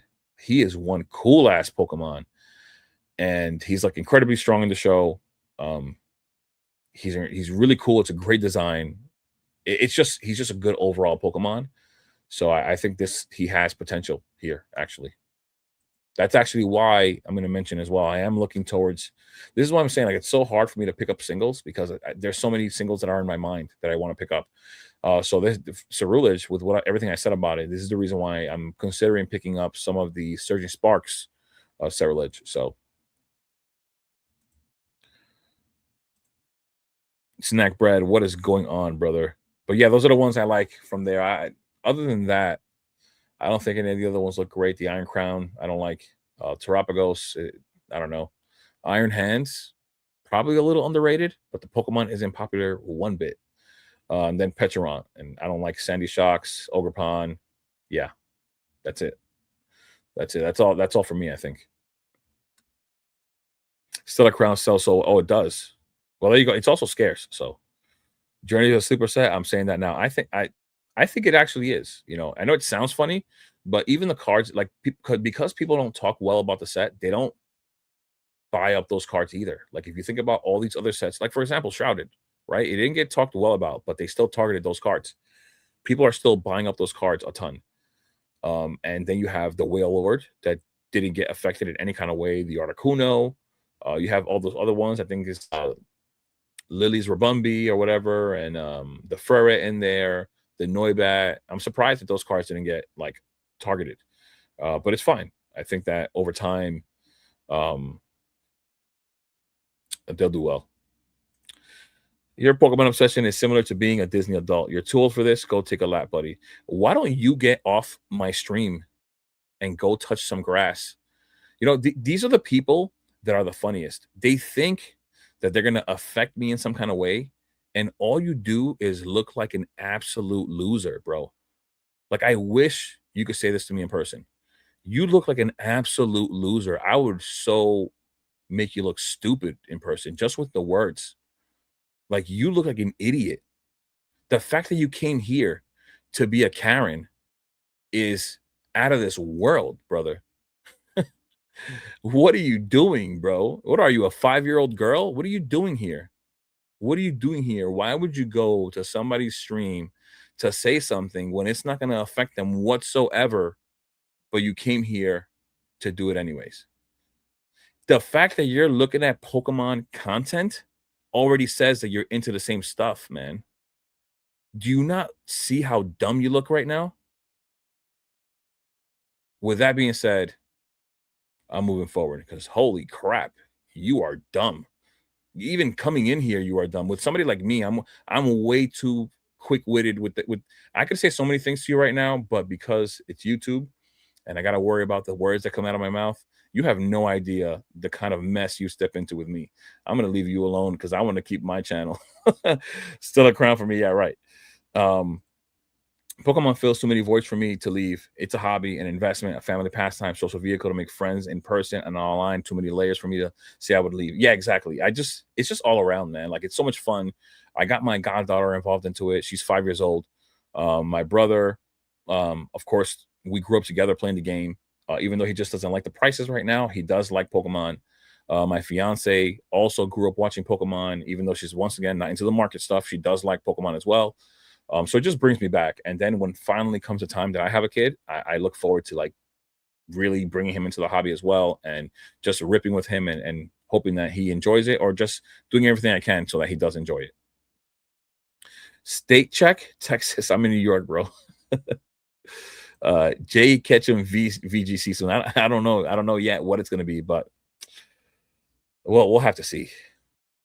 Palafin for Priz is so underappreciated. The artist has a long legacy in manga, and it's only Pokemon card that he ever illustrated. You see his style, and you immediately appreciate what he did. I don't think it's horrible. It's just not for me, man. Like it's. I even have it in Japanese. The card is not horrible. I don't know, man. I don't know what it is. I think it's the Pokemon, to be honest. That's just what I think it is for me. Ironhide, what's going on, man? Thank you for stopping by. Hey, bro, I bought the Palafin Japanese. I do have the Japanese one. I pulled it from Terrestrial Festival myself, so I thought it was cool. The artist is the mangaka for Fist of the North Star. He totally brought his style to the Palafin. Not bad. How do we join your Discord? Oh crap! I usually put it in the description. I didn't put it in this one. Let me just grab it real quick and put it in there. I didn't realize. Thank you for mentioning that because the link is clearly not in here.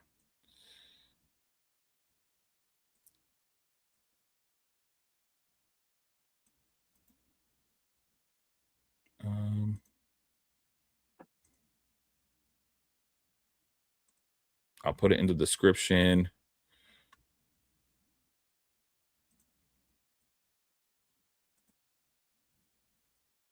It'll be in the description below the hashtags. It's in there now. Or you know what? I'm an idiot. I'm just gonna put it in the chat, bro. Just putting it in the chat.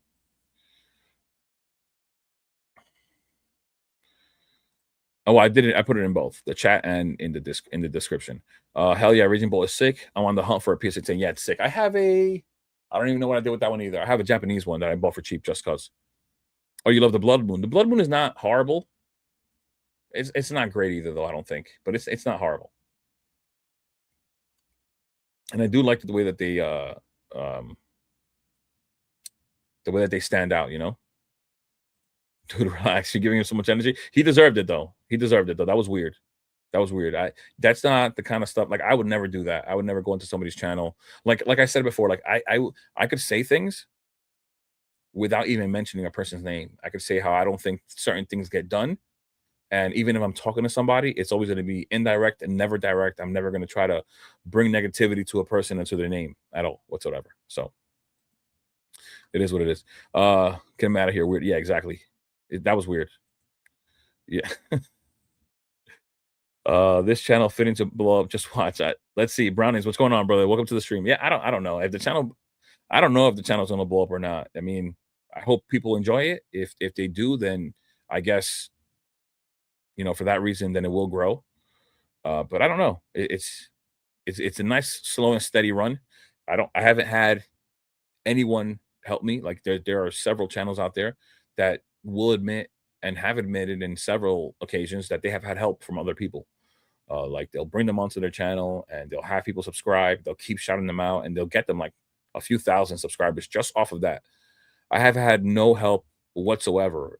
The whole learning process, the working, the grinding, it has been all me. And to be honest, even though I would love to be further ahead, um, I don't think I could be happier about my channel if I hadn't done it on my own, because not many people could say that, to be honest. Did you get anything from the Pokemon Center today? No.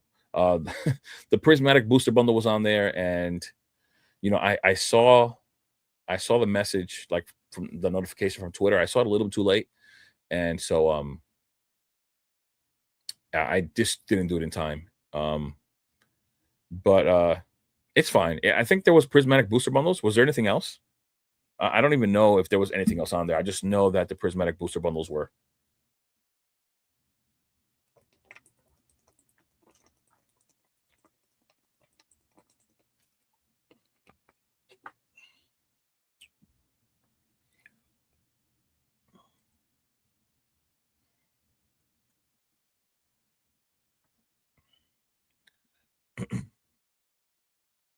Real quick.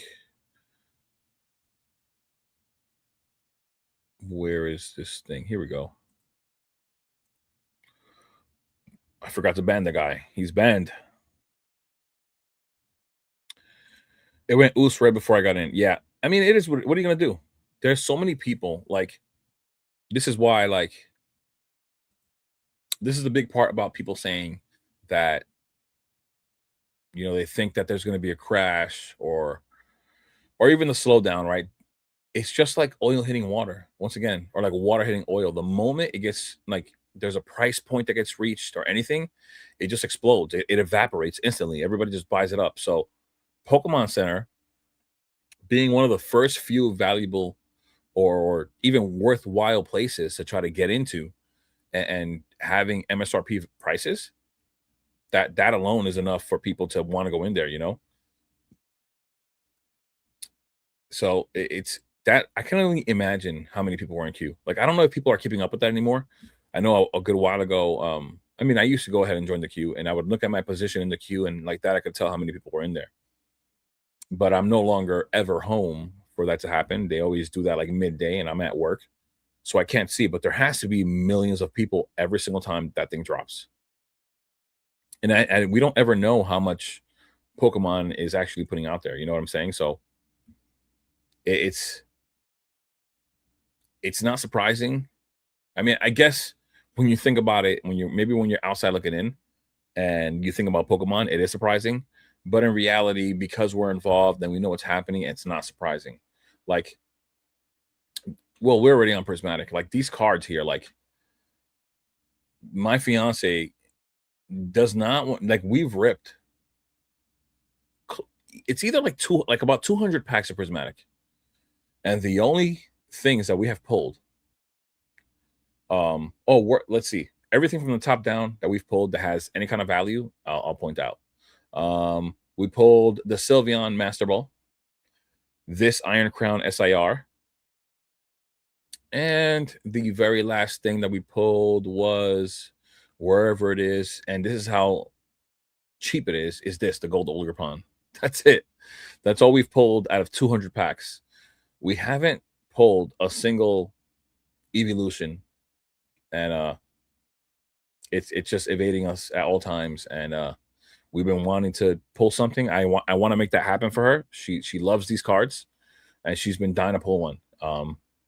I've been trying to make it happen for her. I think next I'm going to buy up like, I don't know, like somewhere from 10 to 20 3-pack blisters, because they're the most I think they're the most affordable when it comes to pack per price. Pack per price, I think that's the cheapest thing, right? I think they're even more affordable than booster packs, possibly. Yeah, that's why they're all the way down here. 40. So you're under, how many? You're at $15. And this also to me doesn't even make sense. We're at $15 and 46 cents per pack. But the 3-pack blisters are like, this one is 40. Why would I buy these when I could just buy these up at 40? I'm saving $5 on every 3 packs. So I'm gonna buy some of these, all these in the 40 range. I'm gonna buy, whatever site I use. I may not use TCG Player. There are some other sites that don't charge tax, but I'll be buying some of these just so that my fiance can try to rip them. I have my own things that I love to rip, and I enjoy myself, and I try to make sure that she does as well because she loves these. So I'm gonna get these for her, even though they'd be great holds in my opinion. Now that we're on the subject, I know people don't like talking about these. It's either like ETB or SPC or bust. Eventually, like if you think about these specialty sets, what people want to do with Prismatic is rip them. What people want to do is pull this God Pack, right? How are they going to do that if an SPC, let's say it's 300 now, how are they going to do that if later on down the line it's $500? How many people are going to spend $500 on an SPC, right? Or an ETB, for example, because they're going to be expensive as well. Who's going to want to buy an ETB to rip? I think these are going to be super clutch. Super clutch. If you're like a vendor, like if I do end up vending and I end up liking it and I commit to it and I hold these like years down the line, these are going to be super clutch. These are going to be super clutch with a promo as well, right? A promo in there as well. The surprise box as well is probably going to be clutch as well. Like these are going to be the in for most people to rip a pack that cannot afford to spend on a booster bundle or a ETB or whatever else is out there, right? What is a booster bundle right now? Like $100, 98. It's going to be way easier for somebody to say, "Hey, can I get one of those 3-pack blisters? Can I get one of those for $60? I don't want to buy that $180 booster bundle. Let me just get that thing." Cool, Leafeon promo. I love Leafeon. I think that's going to be something that most people are going to miss. If you think about like other sets that are scarce, like people at this point, no one's ripping an Evolving Skies booster box, right? Unless you're seeing some kind of a box break. But you will see people from time to time rip one Evolving Skies pack for $30, right? They're getting to that point where it's like, damn, it's $30 per pack. Chances are you're getting nothing, right? So I think these little ancillary products are going to be big later on, right? We're even seeing that with Team Up. I mentioned this the last time, right? Alex Ketchum and Deep Pocket Monster keep having their little, they're like competition, right? Trying to open 1 pack of Team Up per video. Eventually, even though Team Up is much more scarce, it's also older. Eventually, Prismatic could be that, and for the best way to get into that, it will be a 3-pack blister. Everything else will be more expensive. Every single thing is going to be more expensive than a 3-pack blister. So just something I wanted to mention, because I feel like it gets looked over a lot. I already have 3-pack blisters actually put away, but I think it's just worth getting more. I don't really have that many of them.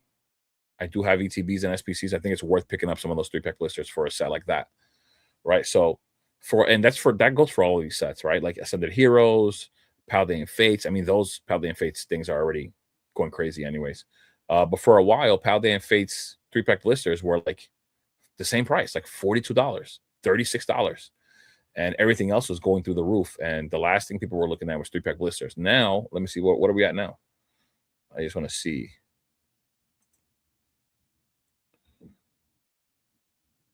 This $70. They are at $7. So the cheapest one is at $68.39. And this is something that most people were overlooking.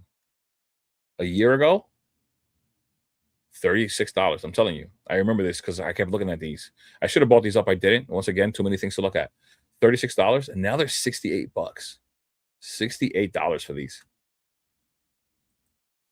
Once again, when somebody wants to rip Paldean Fates, what are they going to go for? What are they going to go for? Maybe this 10? I think this 10 has 3 packs as well. It might have 4. Not sure. But still, $70. They're going to go for this. They're not going to go for any of these other products here. Hell no. Maybe this if the pack per price is there, But like everything else, this is a promo with 5 packs at $188. You go buy 2 3-pack blisters and have 1 extra pack over this without the promo. You're still, if you want to really rip, you're gonna buy those. That's crazy. The booster bundle's at $176. Right. So then at some point, I guess you could start looking at Ascended Heroes. Same exact thing. 3-pack blisters are probably the best way to rip in this set. What do we got? $46. That puts you at like $15.70 a pack with the 64 cents. So we had that about $15.70. What are we at price per pack?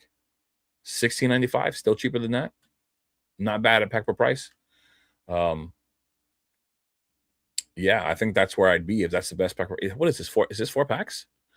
I think this is your best pack per price right now, actually. But that's the point is this is where I'd go. I'd go to these products to have the best pack per price because eventually people are going to want those packs. It doesn't always have to be the ETBs. I mean, I see the possibility in so many of these items, right? There's so much potential. I can't imagine ripping these expensive packs on the regular. Definitely outside of my budget. I'm buying sealed ETBs and holding on to those and buying a lot of singles that I want. Right. That's what I'm saying. Like, it's so hard to justify ripping some of these items, right? Eventually, like the way that these booster bundles are performing, like, yeah, they're going to be more affordable than the ETBs, but they're still going to be really expensive. And I think those 3-pack blisters are going to be clutch.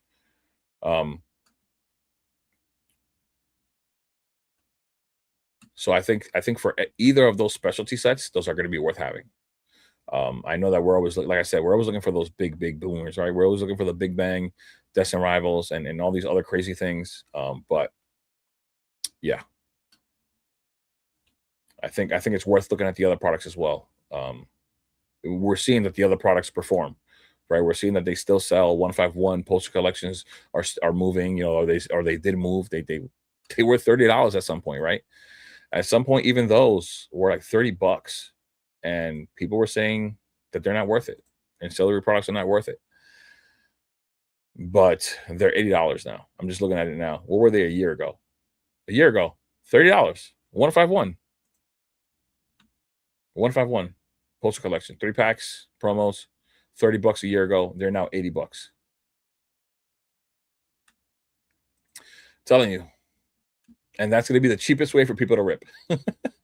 This is one more pack, and we're at 123. These are 196. Insane. Telling you, insane.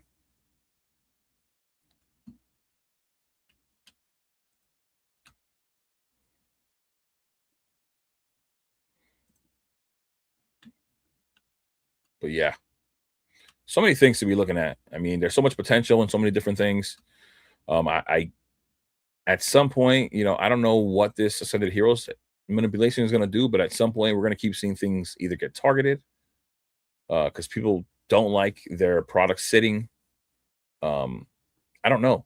it might start putting. I mean, Ascended Heroes is already out of reach for a lot of people. It might put it even further out of reach for people. So, but all right, is there anything else you guys want to talk about? I feel like the stream was going well until that weirdo came in here, and I obviously gave him that energy. Kind of deterred the stream. People even left actually. Um, is there anything else you guys want to talk about? We are coming across that 2 hour mark. It is Thursday night. So, I mean, I could still be on here for longer, but it seems like it's running dry. People aren't really talking. We kind of hit a lot of topics already. If there's anything else, though, I'll gladly talk about it. Let me know. We're here. How do you buy most of your singles? On eBay, actually. I did buy some at car shows. I typically buy them online. I just look on eBay and I just sift through them and I just keep looking for gradable copies because they have pictures. Like there's no point in buying a TCG player. You know what I mean? That you can't see the items. Sometimes I even write back to the. Sometimes it happens on eBay. Sometimes they use like a generic photo, and they won't sell you what's actually on there. But I end up contacting the seller when that happens because you're selling me something that's not. I'm not buying that. I was buying what you have shown on there, and so something usually gets worked out. But yeah, I buy on eBay. That's the best play to buy. You can't be buying anywhere else aside from card shows. If you go, I think it was Poke Painter pointed out that if you do go to a vendor and ask them if they grade their cards, they'll be honest enough to tell you for the most part, at least, right? And then so you could actually find some good copies. I don't know where all those other cards are that I got from the show. I don't know where they're at. But I did find myself some nice copies at the shows. I just took my time looking around. They don't always have the most gradable cards there because they grade. Most vendors are like 100% in it for the money. Like there's some vendors that you go to their table and they have nothing but slabs because they grade everything. They don't care about raw singles. They want the highest price point for every item that they have. So, but you can find a lot at card shows. You can find a lot. The stream's going good. I hope so. That it was a little weird when that guy came in. It kind of annoyed me honestly because like why do people do that? What's the one card that you haven't picked up a copy of yet that you feel like you need to grab sooner than later? Oh my god, I don't even know.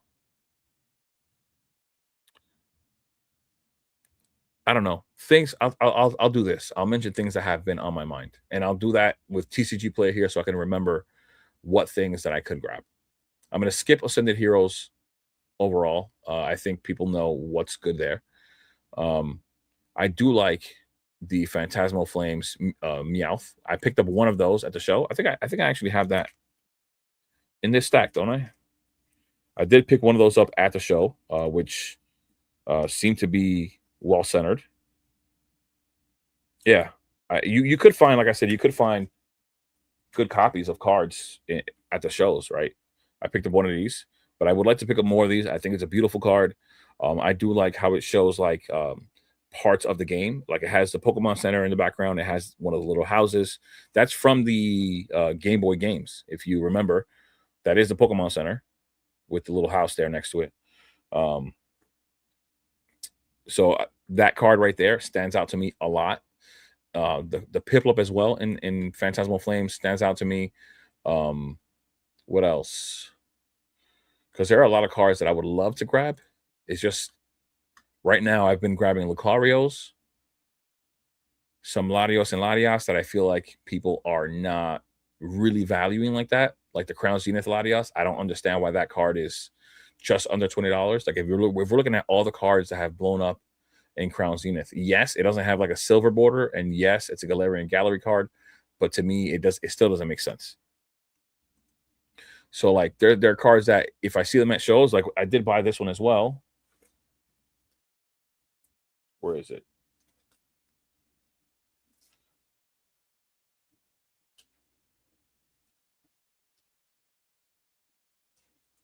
The Vulpix, right? I saw this one. It was a nice copy. Picked it up, the Vulpix. I know you guys can't really see it that well, but you can see that I have the card there. I think the Vulpix is a nice card to grab. I think that the Bulbasaur with the stamp, being that it's just more valuable, it is much harder to grade. But for that reason, it makes it just a better pickup. But I think Bulbasaur, both the stamped and non-stamped versions, are great grabs. This card I want to pick up a copy or two of. I just love that card, the Mega Absol.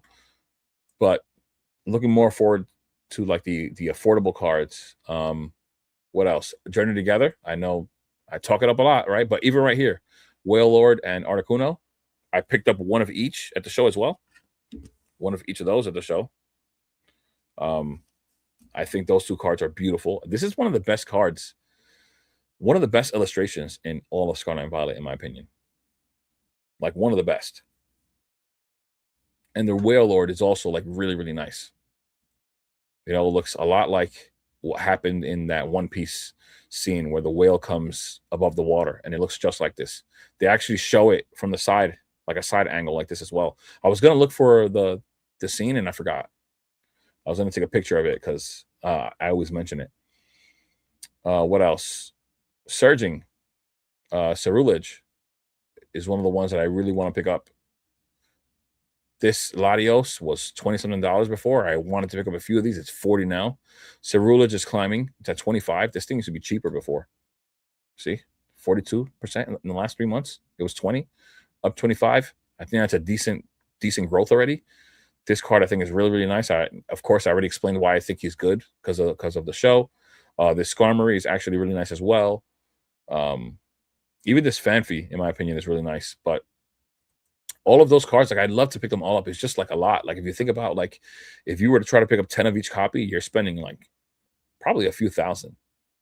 You know, so I do need that Houndoom, which hasn't absolutely taken off. I'm surprised that it hasn't followed the Persian to $80, but it's already getting to 60. This thing used to be 30. I love this card. This is my favorite card out of Shrouded for sure. It's a beautiful card. This card is amazing. It's too bad it wasn't textured. Like if it wasn't an SIR, oh my god, that card would be insane. So those, I talked about the Twilight cards here as well. Temporal has some cards that I want. I got to look into these cards a little more. I haven't been diving too much into Temporal, aside from the Metagross that I was picking up, just in case we get a Mega Metagross soon. I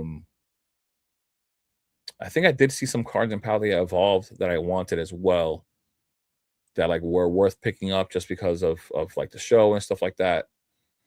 I know the Sudowoodo is a really nice card that I thought about picking up a little bit of. What else? The Florigato as well, but the second evolution of Pokemon for some reason don't do so well. Let's see. This Quaxley is a really cute card. And when he's Quaxley, he looks way better in this form than the other two evolutions. But this card is really cute in my opinion, and I think it's going to do well long term. I think, especially girls, I think girls are going to flock to this card so much it's not even funny. Let's see. Is there anything else that I did like from here? I think that was it for Paldea Evolved. I think. Let me just go to the next page, just in case I missed anything else. No, that's it. That's it. Outside of that,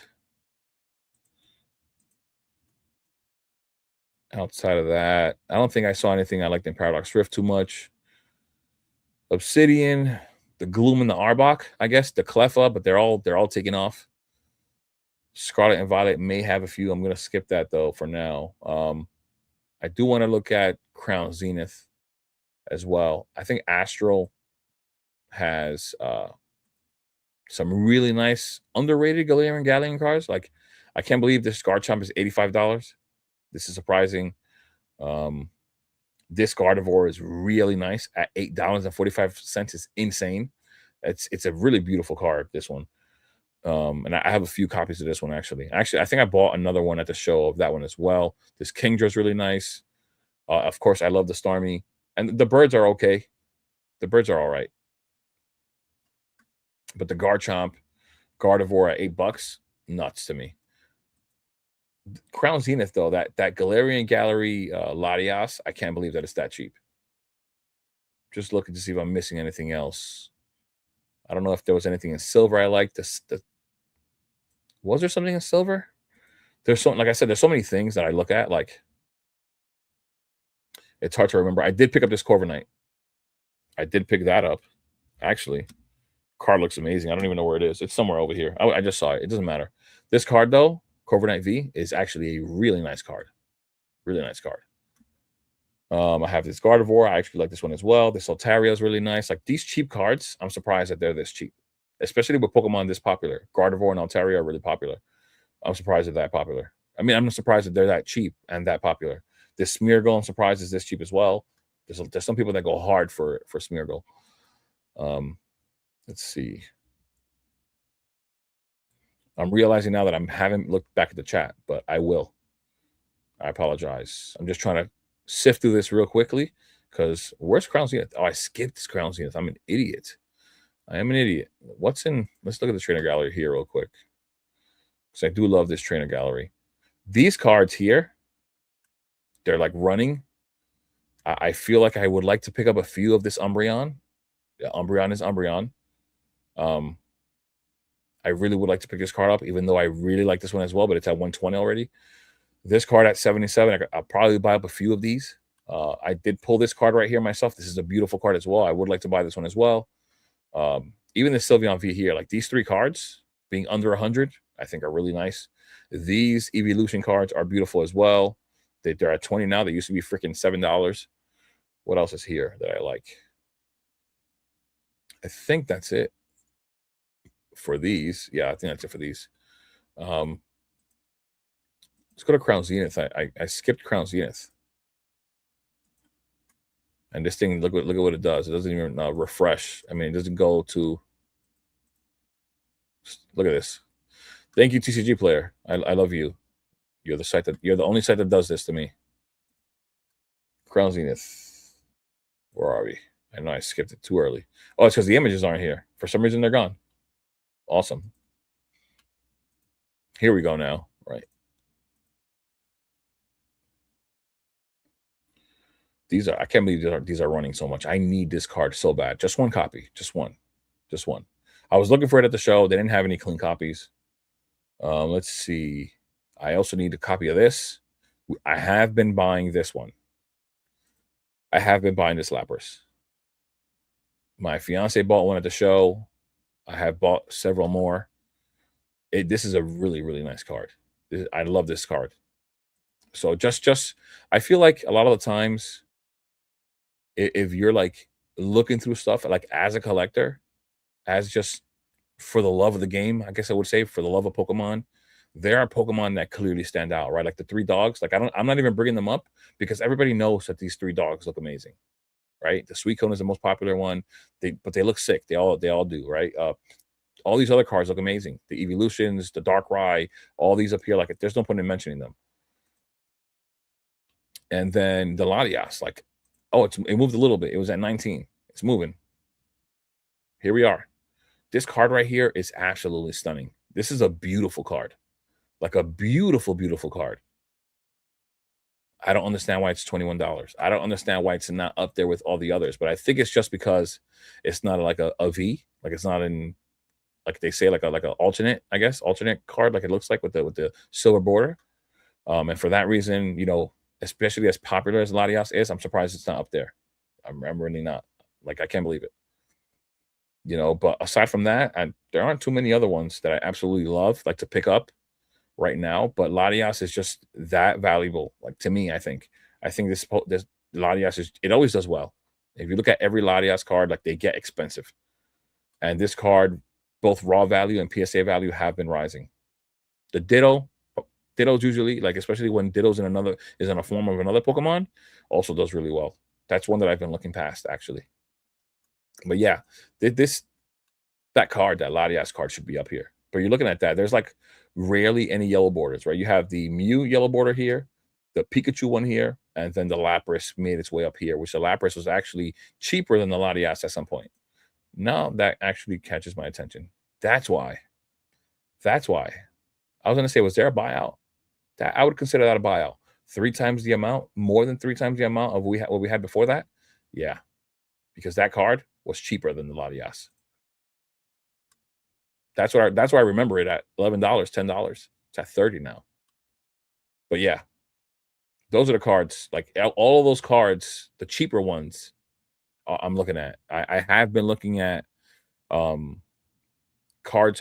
If I go to a show and I see a good card, like a well centered card for a 151 card, whatever it is, a Charmander, Squirtle, whatever the price. I mean, I'll try to work out a deal and get something decent. But I do think that all 151 cards, especially those Kanto Pokemon, I think they're all worth picking up. I think that down the line they're going to become some like really expensive cards just because they're Kanto Pokemon. Um, you can, yeah, of course. I mean, I was just saying that. I was just saying that. So what's your vending plan? How many singles? How many slabs would you take? I kind of been thinking the same. I want to be ready. Um, I think, I think don't overthink it. I think if you are like me, I think that you have a lot already. Like I, I could I could fill a table for several vendors with what I have just sitting here. And I'm not saying that they have to all be high-end cards. I mean like $10 cards, $20 cards, $30 cards, like off of this. How many can you even fit on that thing? I think you in a case. What do you fit in a case? Let's say you could fit like 75 cards in a case. What do I have here? I don't even know what I have right here. Like this alone, like even with the value of the cards, I don't even remember what's in here exactly. But if we're just doing that, just cards that I'll be buying, right? Like I could load my table and probably have some decent values. Even these Rowlets are good to have. Even if you have like a binder for like smaller cards, I think Rowlet right now is like, is Rowlet still $6? Let's see if Rowlet's still $6. I mean, it's one of the starters, right? I think people are gonna like Rowlet, regardless of what people say about Perfect Order. There are cards that people are gonna like at some point. Last I saw it was $6. It's still $6. So is the Dene, but the Dene is also a very popular. It's getting more and more popular, right? But I'm just saying, right? Then you have the Xerneas here, which are like it was like $20. What's Xerneas at now, too? That's another question for Chaos. Let's see. I went too far back. All right. Xerneas was like $20. Where are we at now? $11. Not bad to have at a show. People like these cheaper cards. You know, think about people coming to your table and being able to afford what you're selling. Even if these aren't binders, you know, it's good to have binders as well for these cheaper cards, right? Multiple copies of Chespin. I could easily put these in a binder. Promos, right? Snorlax promo. I don't even know what it's worth right now. This as well would be in a binder. This would not be in the binder. This would be in the case, right? These are like $90 to $100 now, right? And both of these are like immaculate, like well centered. I don't even know if I would put them in the table, but an example, right? I have these. I've been picking them up because I see potential in these, right? Then you have these as well, which I picked up several of these as well. Once again, just seeing the potential in the card long term. A few other Metangs, binders. That would be binder. What else we got here? That was just a random promo I found. That's not something I bought. But like this could be on the table as well, right? Your Umbreon stamp could be at your table. What is that? Clefairy? Where'd this come from? Oh, this was just a eBay. I bought something from eBay and somebody just sent like an extra card. This as well. You know what I'm saying? Like this as well. And I think this is a card from like Platinum. You know what I'm saying? This could be there as well. This Regigigas. This Giratina as well is a really old reverse. Probably be like a light played reverse. Same for this Cleffa as well. I forgot what set these are from, but like these are not cheap cards either. They're older cards. They have some value. This Fidu, like all this stuff, like just this stuff that's just sitting around that I have stacked up, right? Eevee, a regular Eevee promo, Halucha, SIR from Ascended Heroes, Kangaskhan from Destined, a Gengar, because a random Gengar people love this. I think this Gengar, if I remember correctly, this Chilling Rain. I think this is Chilling Gengar 57. Just to show you like how funny this, how things can change so quickly. Gengar 57. I have all this stuff in my way now. Gengar 57. It is Chilling Rain. Just to give you an example, card is $3.83, right? Price charting prices, which it is cheap on TCG Player as well. It's $401, $400 in a 10, and they're selling on average one per week. You look at the sale listings on the 8th of this month, 500. Before that, 411, 550, 500, 340, 340. You know, it's been rising clearly. This card, just a hollow rare from Chilling Rain. You know, something that somebody might want to pick up. I could easily have that on my table. This card is actually like in immaculate condition. There's one white dot in the back. It's really well centered. I think this could get a 10. This is why I have it. But then you have some random promos, could also be in the binders, right? From the Ascended Heroes 3-pack blister. Zekrom Pokemon Center promo. This clearly will sell.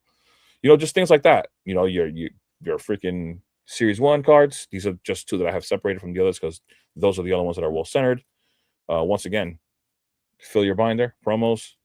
You know, EXs. You could have EXs in a binder. I think I would love to have some like low end EXs, like these newer ones, like the Greninjas, Cinchino, whatever it might be. You know, regular things that you pull from these packs for kids, right? Like for them to have some free cards. I think I would love to do that as well. I'm actually considering. I have a whole bunch of packs here. Like I have a decent amount. Like I have Scarlet Valley base packs. Like I said, things that I have.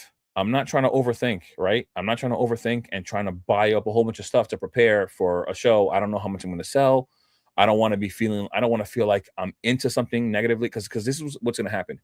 If you start to buy things up, you're going to think to yourself, damn, I just spent, for example, just throwing a number out there, I just spent $2,000 in preparation for the show and I didn't make any money or I didn't make as much as I thought I did. And now you're going to think to yourself, damn, I'm down $1,500, you know? Chances are you're going to do really well anyways because the shows actually do perform well. But the point is that you don't have to do that. If you have cards laying around that you don't really like, I don't know, like you know what I mean. You're going to have cards laying around, right? More promos.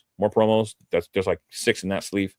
Full arts, just all these cards, bro. Like all these cards that I have sitting here, right? That I've been picking up just because I'm on eBay. I'm a nut job a little bit though. I'm on Whatnot as well, right? Oh, this is the Mudkip that I was talking about. When I was talking about buying Gen 3, here are the 2 Crystal Guardians Mudkips. The Mudkips that nobody wants to sell at shows these days because they're holding back Gen 3 Pokemon. These are 2 Crystal Guardian reverse Crystal Guardian stamped Mudkips. Really expensive in a 10. I don't know if these would actually 10. I would say this first one is lightly played, and this other one is not as well centered. But the back is much better. So I think they both would get a 9 or 8. They're old cards as well, right? This card would definitely sell, right? Things like that. Like, man, just being a collector, right? Just being a collector, just buying things on your own. Like I said, on Whatnot, on eBay. You know, these are just Chinese Shinji Kanda Absols that I pulled out of some Chinese packs that I ripped. But like that's just that stack, right? We're not even talking about the other stack that I had here. And then we're not talking about I have so many cards here that I wouldn't need to. I would just have to take out what I want to use to grade, what I want for my personal collection, which isn't so much actually for my personal collection. But 1 second, guys. Give me 1 second. Actually, I'm going to black out the screen real quick. All right, give me a sec, guys.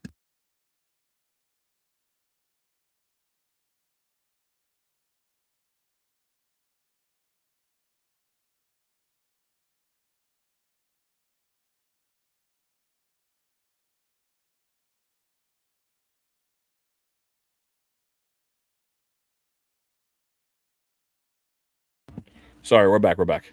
But yeah, you don't have to overthink it. The only thing, I would assume that you have cards. We're all collectors, right? And we rip, so we have cards. The only thing that you have to pick up is your cases, right, for your table. Um, if you want to look professional, you buy yourself like a tablecloth, right? I think the tablecloths don't come with the tables. I think people set their own stuff up, but I think it'd be nice. Like if I am going to have a table and everyone has black tablecloths, I think I might want to have like a red one or a yellow one or a blue one, something that will stand out and make me look different. Eventually, I would buy myself a banner, right? Well, for me, I am a content creator, right? But then again, at the same time, do you want to be do you want to be just a random face, or do you want to be do you do you want to be something? You want to stand out? Do you want to be like a brand? Are you going to brand yourself? Are you going to create some kind of a logo, a name that eventually people come by and they say, Integra something, I don't know, whatever you want to call yourself, and Integra cards, do you want to be something that people will remember when they come back to the show?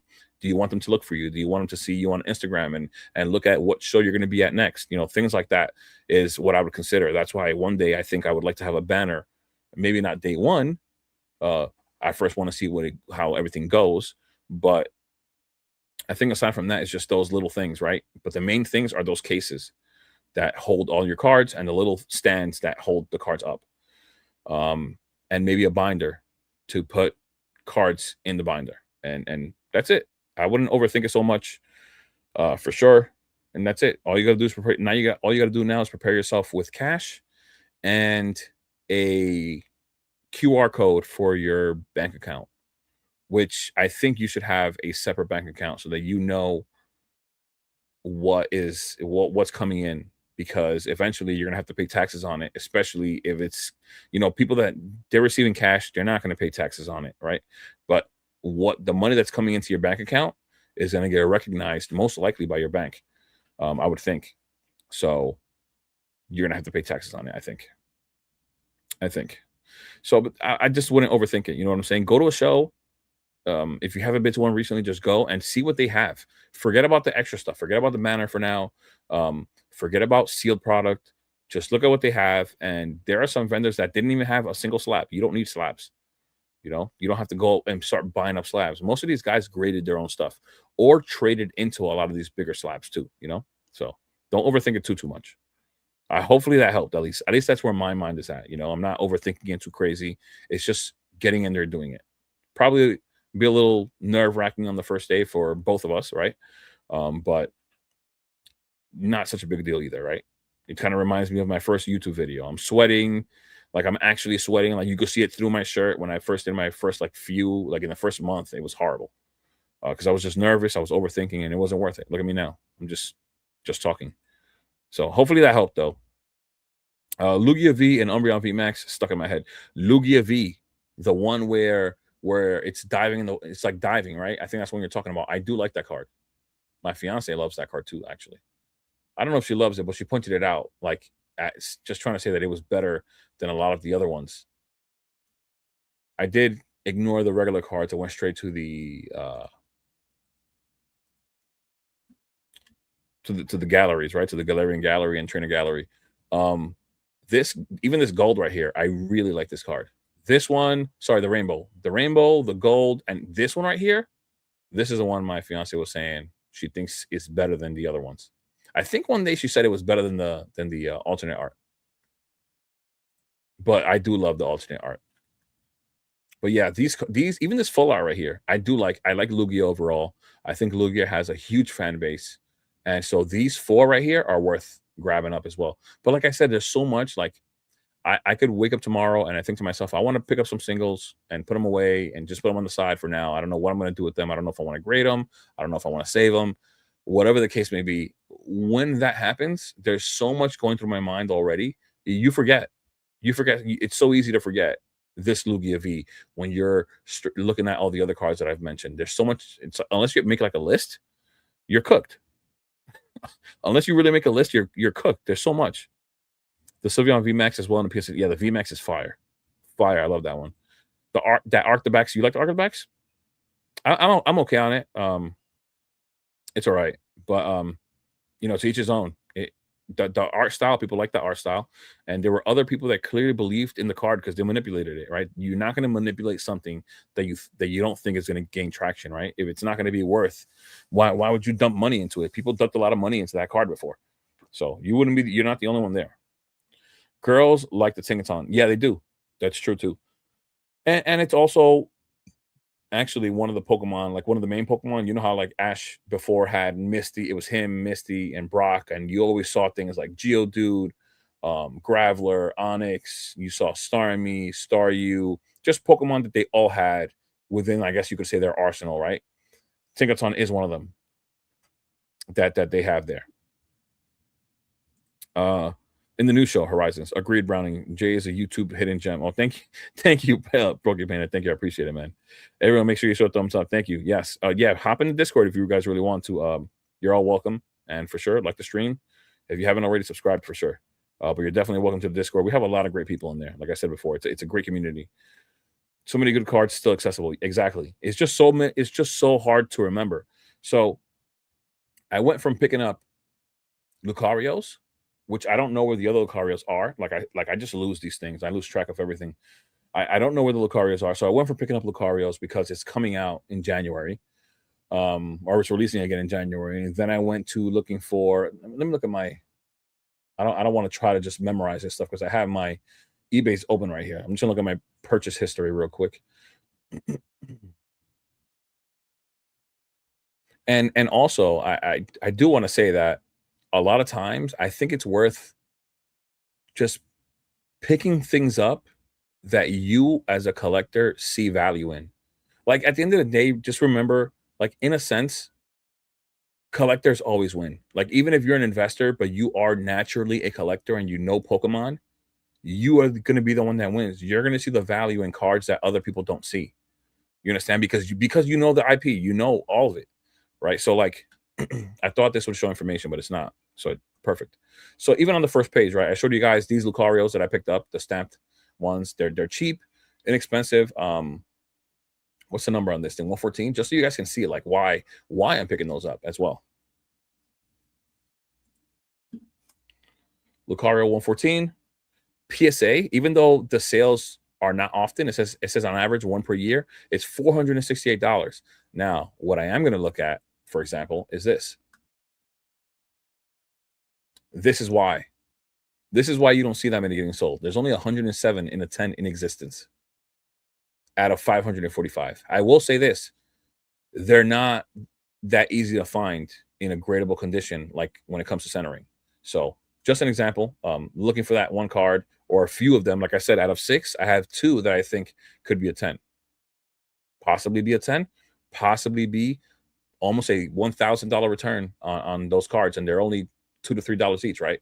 So I've been picking these up because the Lucario set's coming. And if I go back to the other page, right, it's not more of these, right? Then I picked up some Zekrom ones. I showed them in the video. These are also really hard to grade and do really well in the 10. Even the ones that aren't Pokemon Center copies, they all do well. The Team Rocket set came out, or sorry, that Team Rocket name was announced, and so I picked up some Giovanni's, right? The Lucarios. I showed you guys one. I don't know where the other ones are. I don't know where this card is. And like I said, I misplaced them. They're like probably like within 5 feet, but you know, I have them somewhere. I just don't know where. So I picked up these GXs, full arts, some Psyducks. They also do really well in a 10. They're really expensive in a 10. I picked up these Lucarios as well. These GX shinies from Hidden Fates, from the Shiny Vault. I picked up a few of these promos, right? The Greninjas. Like I said, I picked up 2 of these PCTBs, Charizard, those Charizard. So things that I see value in outside of even the sets that are just releasing, I think it's worth keeping that in mind.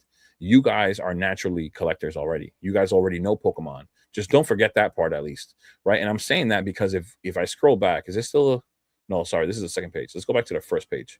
I thought I went back to the first page, but it didn't. Just going to here, right? I picked up this Metagross. It's one of the few that at the time I found for a gradable condition, and I ordered it the other day, right on the 24th yesterday. And I'm telling you guys, the listings we saw today in the $30 range were not available yesterday. So I bought one at 50. Only one I found gradable condition. Then I also picked up this Metagross, which looks freaking pristine. This card looks so pristine. It looks so good. And this looks dirty here. And he showed me the card. I asked him for pictures, and it's from the scan. It's not dirty. And then there's even like a print line looking thing here. That's from the scan. This card looks so well centered. It looks beautiful. I picked it up. Right. So, and that's just me speculating on Gen 3, right? Then I got reminded from the card show that I love this card. And it is Latias. And I said, you know what? I'm going to pick some of these up that are well centered. I already had one. I have one somewhere around here that's well centered. I picked it up. My fiance brought this one to my attention. She bought it, and it's a beautiful card, and I forgot all about it. And I bought some of these as well. And then outside of this Lapras, because you see there again, I started buying other Latios and Latias cards that I felt were undervalued. This is a Sun and Moon promo, guys. Sun and Moon promo for 16 bucks. Beautiful card. Beautiful card. And as we've seen with every other Latios and Latias card, it's a freaking connecting art, which makes it that much better to me. Like, I would try to get sequential grades, right? That yellow, you see it's yellow, the card is yellow, is connecting art with this one. And then this one, which is another one, this is another Sun and Moon promo. You can actually see Latios in the background. Beautiful card as well. Just seeing, like I said, using your like collector eye, right? So in this one, instead of connecting arts, you have like different perspectives. This is the Latias perspective of that card. Like another angle from them flying together. Like this just things that make sense to me. Like, oh shoot, I closed it out, whatever. Just things that, like I said, it makes sense to me.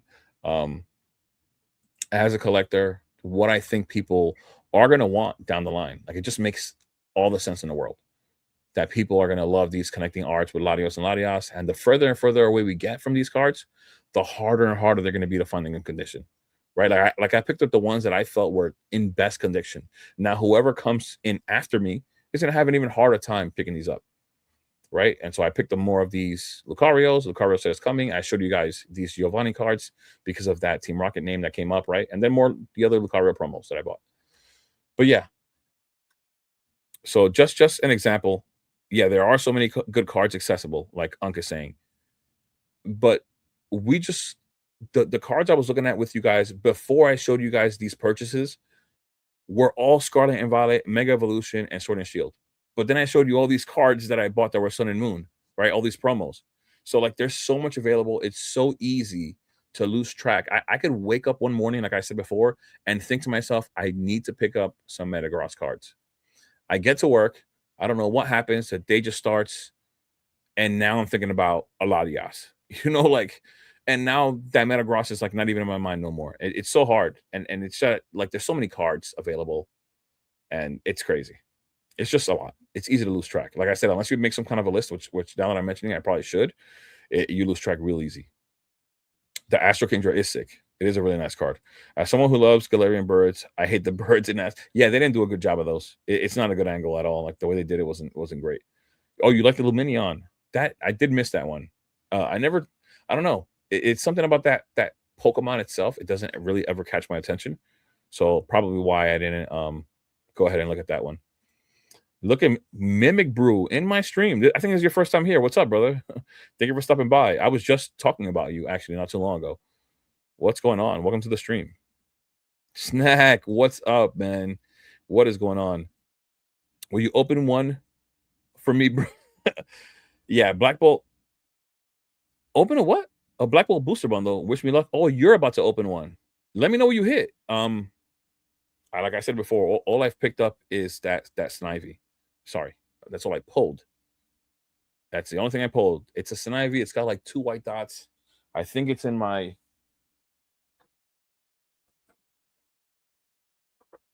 You know what, guys? I'm not even gonna do it, guys. There's too many cards. There's too many cards, and I would love to know Mimic Brew's like, I don't know, his system, because from what he said, he organizes his cards and he basically knows where everything is. I don't know how the hell he does it. I don't know what system he's got over there, but I need that thing here because I don't have anything organized. I'm always misplacing cards. I'm always losing I'm sorry. I always think I'm losing cards, and in reality, I haven't lost anything. I've just misplaced them within all the other cards. I never know where anything is at all. Oh, Mimic. There is something that I did want to ask you. If you're still, hopefully, you're still here. There, you're using some kind of a team bag, and it fits. You're able to. I've seen you've fit a stack of semi rigids in like some kind of a team bag. Please let me know what bag that is because I want to wrap my semi ridges, like the pre-graded cards. I want to wrap them and I don't want any dust to get in them. And I saw that you did that and I would love to do that. So if you could please tell me what those are, please, that would help a ton. Get a 10 with one white dot on the back. I think I'm pretty sure there are numerous cards out there with not only one white dot, but probably two. It just, you're just taking a gamble, to be honest. Good luck. Good luck to Mimic Brew. Let's see what he says. I'm so behind. I'm realizing again, I fell behind like 15 minutes with the comments. So let's see what he says. Better off going to a show with cash, no cards, to be honest. Empty showcase and a buying sign. Yes, that works too. Yeah. People are going to look at you like a vendor and you're going to buy at percentages. That's also a thing. But once again, I wouldn't. I think I've heard of this mistake several times. I'm pretty sure you got stacks of cards at home that are probably worth selling. And a lot of people enjoy buying cards that are affordable. Not every card has to be expensive. I mean, I showed you a whole bunch of cards that were affordable here. I also showed you cards that were not that affordable, right? Like the Charizards, the Greninjas, things like that. Even these two cards that I love, even though they're lightly played, these are probably like $40 a piece minimum, right? So they're decently ranged. Then you have all these other cards that you probably don't realize that you have that were once $10 that are now like $25 to $30. So a lot of opportunity when vending if you have cash in your pocket. Yeah, I would not show up to vend without cash in my pocket. That would not happen. I opened the Gem 3, got the Morpeko. Morpeko and Gem 3? Which is that? Is that an exclusive? Is that an exclusive card? No, that's not an exclusive card. Might have to run it back. I think you got the IR Morpeko from Paldea or from whatever set that is. I got that one too. Don't worry, I got it too. You just reminded me. Thank you for reminding me. I do have the last Gem 3 box I'm gonna open here. I almost forgot. And we're 2.5 hours in and I forgot all about it. Wouldn't worry about having the best setup, have the most buying power. Uh you make money when you buy it right. Yeah, I think so too. I agree. I just wouldn't go out and start spending and buying a whole bunch of singles. I'd rather use what I have, and I already have. Personally, I have a ton. I have English, I got Japanese, I have a ton. So I would not go out and spend money when I have things at home that I know that I don't want for my personal collection. It's just things that I've accumulated by both ripping and just buying over time. Uh, Ours would be Dark Ray because my son loves Rayquaza and I love Dark Ray. Oh my god. Uh, Lugia V at 530. Yeah, that Lugia Altar is sick. If that's the one somebody was talking about earlier. I appreciate that. Thank you for sharing. And yeah, anything we do for the first time can be a little nerve-wracking, but one life to live. Well, that's why I did it. Luckily, like I did have support to even start recording my first video. I think people don't even recognize how nerve-wracking it is to actually just come on front of a camera and talk in front of people. Most people are afraid to do it. I've actually put the link out in my comment section before to have people just randomly hop in, have a conversation, and talk. And out of all the people that have come onto my stream, only one person ever did it. Only one person ever clicked the link. We're not counting Rev because Rev I brought on here myself, and then after that he hopped in. But it's only been one person to ever, and that was Grim. No one else ever had the balls to hop in here on camera and talk. They're like afraid. It's nerve-wracking. It really is. I'm telling you, if you try recording a video and you understand that there are going to be multiple people that are going to watch you, if not multiple hundreds, thousands could possibly potentially watch you, including your family, those people close to you. It is a little nerve-wracking. Maybe not as much for some others, but it is. I picked up 6 of those Sable Lucarios base. Based on one of my recent videos. Nice. I mean, listen, it's speculation. You saw how the Rayquaza cards moved. It just tends to happen that way. When people see that there's a card coming out of a specific Pokemon, they tend to look back, right? They get reminded You know, just like with the Rayquaza card, right? Cards set got leaked last year. Ever since then, people have taken the time to look back, pick cards up, and things that just remind them of that Pokemon. And it happens time and time again. Just keeps happening. I've been seeing a lot of PokeTubers mentioning the XY secret rares recently. Some of the best cards, in my opinion, and raws are still relatively affordable. I should look into that. Thank you for mentioning that. Need to look that up. Kevin, finally back. What's going on, brother? What are your favorite channels, bro? I like the Nostalgianomics and TCG Autopsy. TCG Autopsy is somebody that I came across not too long ago, actually. So I'm still getting used to him, but he's cool too. I mean, listen, I watch a lot of people, and I watch so many people to the point that I never watch anyone's like every single video. Like I watch Pokeplumber. I miss some of his videos sometimes. I do watch Alex from the Nostalgianomics. I watch Mimic Brew, which is here. Um, I watch Henry's Poke Corner. I watch the TCG Autopsy. Sometimes I watch Poke Stocks. Sometimes I watch Sam Shiny Stocks. I just started watching Jordan Collects. Let me see. I'm just trying to go into my YouTube because I can't remember. There's too many names of the ones that I really watch. Like, look, I'm even subscribed to Leonhardt. I don't watch him, right? So let's see. Alpha Investments for sure. Anon sometimes. Broke Pokemon sometimes as well. Let's see. Cardinal Gaming.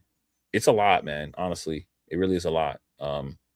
Collect Pokemon. I like him a lot, actually. Collect Pokemon. I think he has a good head on his shoulders. He's good. Let's see. Danny Phantom sometimes. I watch DJ's Poke Center as well. I just realized Dr. Applesauce, he was making content. He's like MIA, isn't he? Dr. Applesauce too. I'm just curious now. When was the last time he made a video? 2 weeks ago, and the one before that was 5 months ago. I knew he was MIA. I knew it. I don't know what happened to him. Earn as well. Earn Collects. I watch him as well. Freddie Cards. Gotta mention them all. There's a lot of people. But because I watch so many people, and I'm not even done listing them, there's just too many. I could never watch all videos of every content creator. I just try to show support whenever I do go there. Like if I watch Mimic Brew's video, I try to comment on it, I'll like on it just to help the algorithm as well. Because I did already watch, I already enjoyed. So I try to support the people that I watch. And so I just try. I didn't even finish watching Mimic Brew's last video. I think I was like halfway through. But I try my best to watch everyone I can, like that I like. I think I'm gonna sell off about $5,000 of Sealed Saturday. Wow. Gonna realize some nice gains, it sounds like. Drunk, what is going on, brother? Drunk, I picked up another.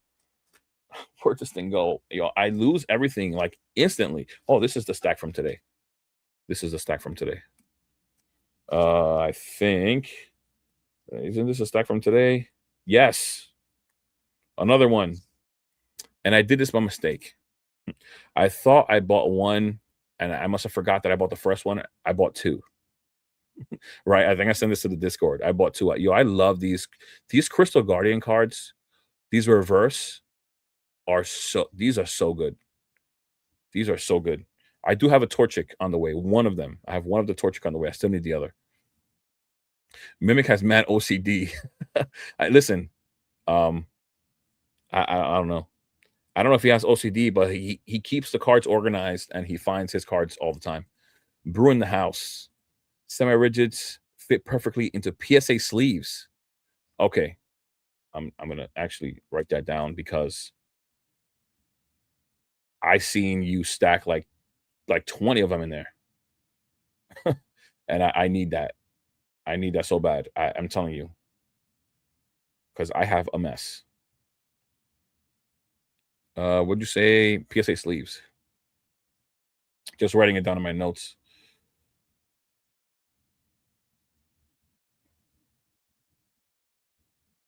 All right, cool. Thank you. I love the hobby, but getting product has been so hard over the last 12 months. Yeah. When you want to play, listen, the best I could say to you is just pick up singles. Look around. Even though you're not having the enjoyment of ripping packs, you could still find singles at a affordable price. As a matter of fact, you're probably picking up these singles. Even if it's a $30 single, the chance is that you're gonna spend way more money trying to get that one $30 single on packs. And I know it sucks. I understand. Trust me, I do. Yes, I pay the prices. I pay the market prices, but it still stings. You know what I'm saying? It really does. Um, so honestly, if I were you, if I felt that way and I was not going to be buying any sealed product, I just go for the singles. That's just at the end of the day, that's just the best bang for your buck. There's no way that you're going to pull the card you want at any given time. Listen, I was just saying this earlier. So today, yesterday, I ripped 48 packs. Today, I ripped 16. That actually was at MSRP. I was lucky enough to hit a target drop Friday 2 weeks ago, and out of those 48 plus a 16, which was 64 packs, out of 64 packs, I pulled 7 illustration rares, none of which were the illustration rares that I wanted. And I don't even remember how much I spent. You know what I mean? So you're better off buying the singles anyways, to be honest, and try to enjoy it that way. Go to a show or two there, just hang out. People are cool there, talk, you know. I think it's a great thing to do and just take it easy. Also, Black Star promos go in the closet, illustration rares in the safe, master sets in the jars and binders. I don't master set anything. I've never master set a thing. I don't know. It's just, especially right now. Oh my god, it's so hard to. Everything goes crazy. Like imagine trying to master set Ascended Heroes. That'd be nuts. The Pikachu, the Gengar, the Dragonite. What is that? $3,600 right there, or close. Like that's nuts. That's nuts. And now it's so hard to find everything. But I guess it's also, you know, the money I've spent on sealed. I mean, if I were you, I don't think you hold much sealed. I know you've been including them in your video, your few little sealed items, but in general, I guess the money that I've spent on sealed, if I would have spent them on singles like you do, then I probably wouldn't have such a hard time as well. You know, it makes sense though. But I am looking forward to getting some binders just to organize things a little better. My girl wants a binder as well, so I think I'm going to look into getting a few binders myself. Guys, if you're not following Mimic Brew, you should. Yeah, for sure. Mimic Brew, like I said, Mimic Brew's videos. Like I said, I was talking about the singles before. If you're following my channel, you're probably keeping up to date with sealed items.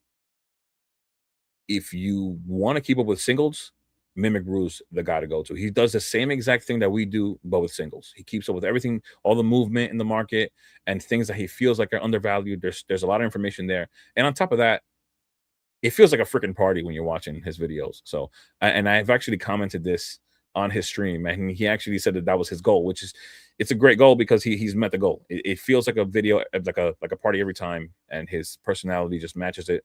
Really great time. It's fun watching the videos. It's not often that you can watch a video that's based on the market and it feels fun. I don't think my videos feel fun.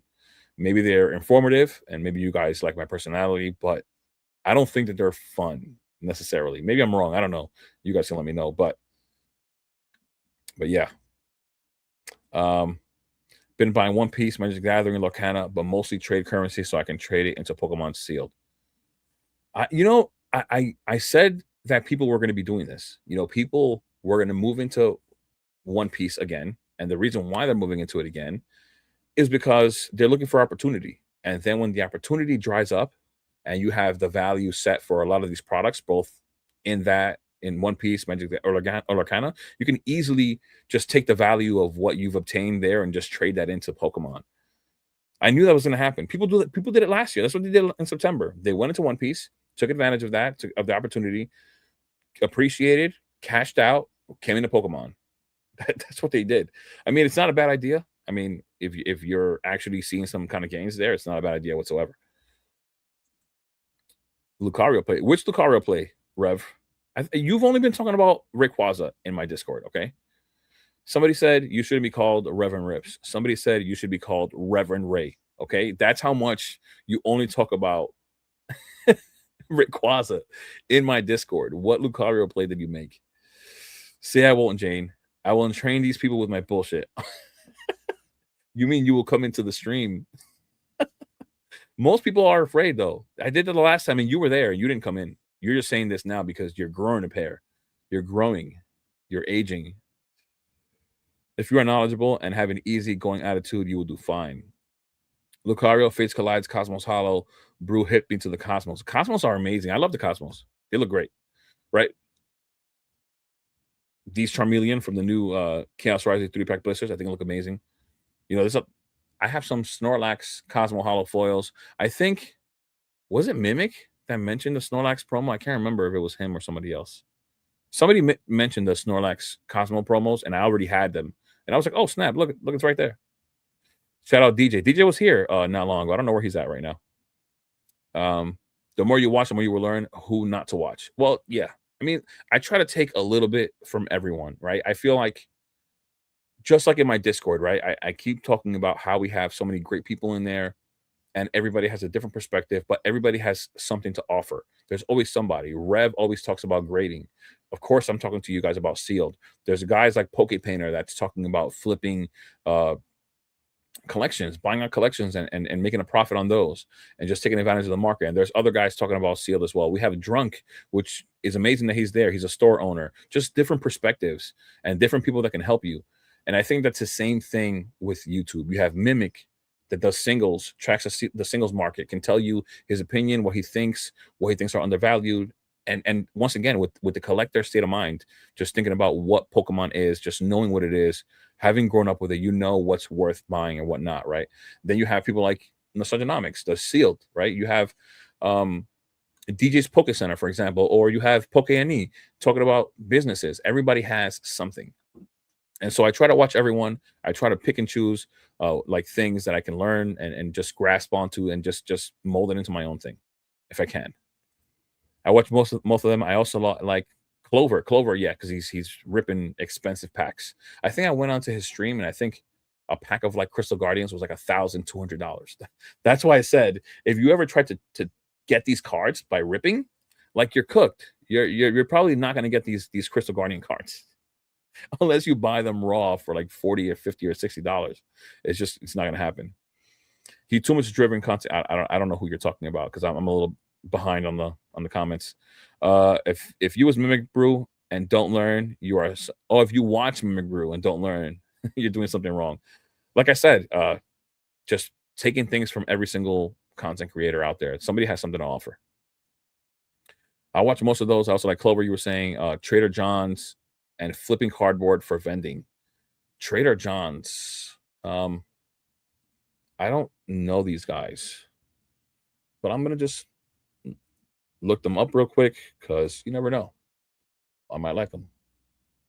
Trader John's. I've seen his like Instagram clips though. I have for vending, but you see, like this is like next level vending, I would say, because if I tried to vend, I'd be nowhere close to this. I would like to find someone. If you do know, you can mention it now in the chat.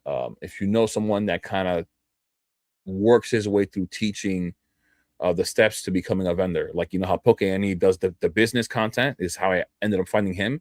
It was how to like start a business. He walked you through going through the website, making your logo. Poke NE killed it with that stuff. But yeah, I'm gonna subscribe to this guy, Trader John's. And who's the other guy? Cardboard, flipping cardboard. Who's this guy?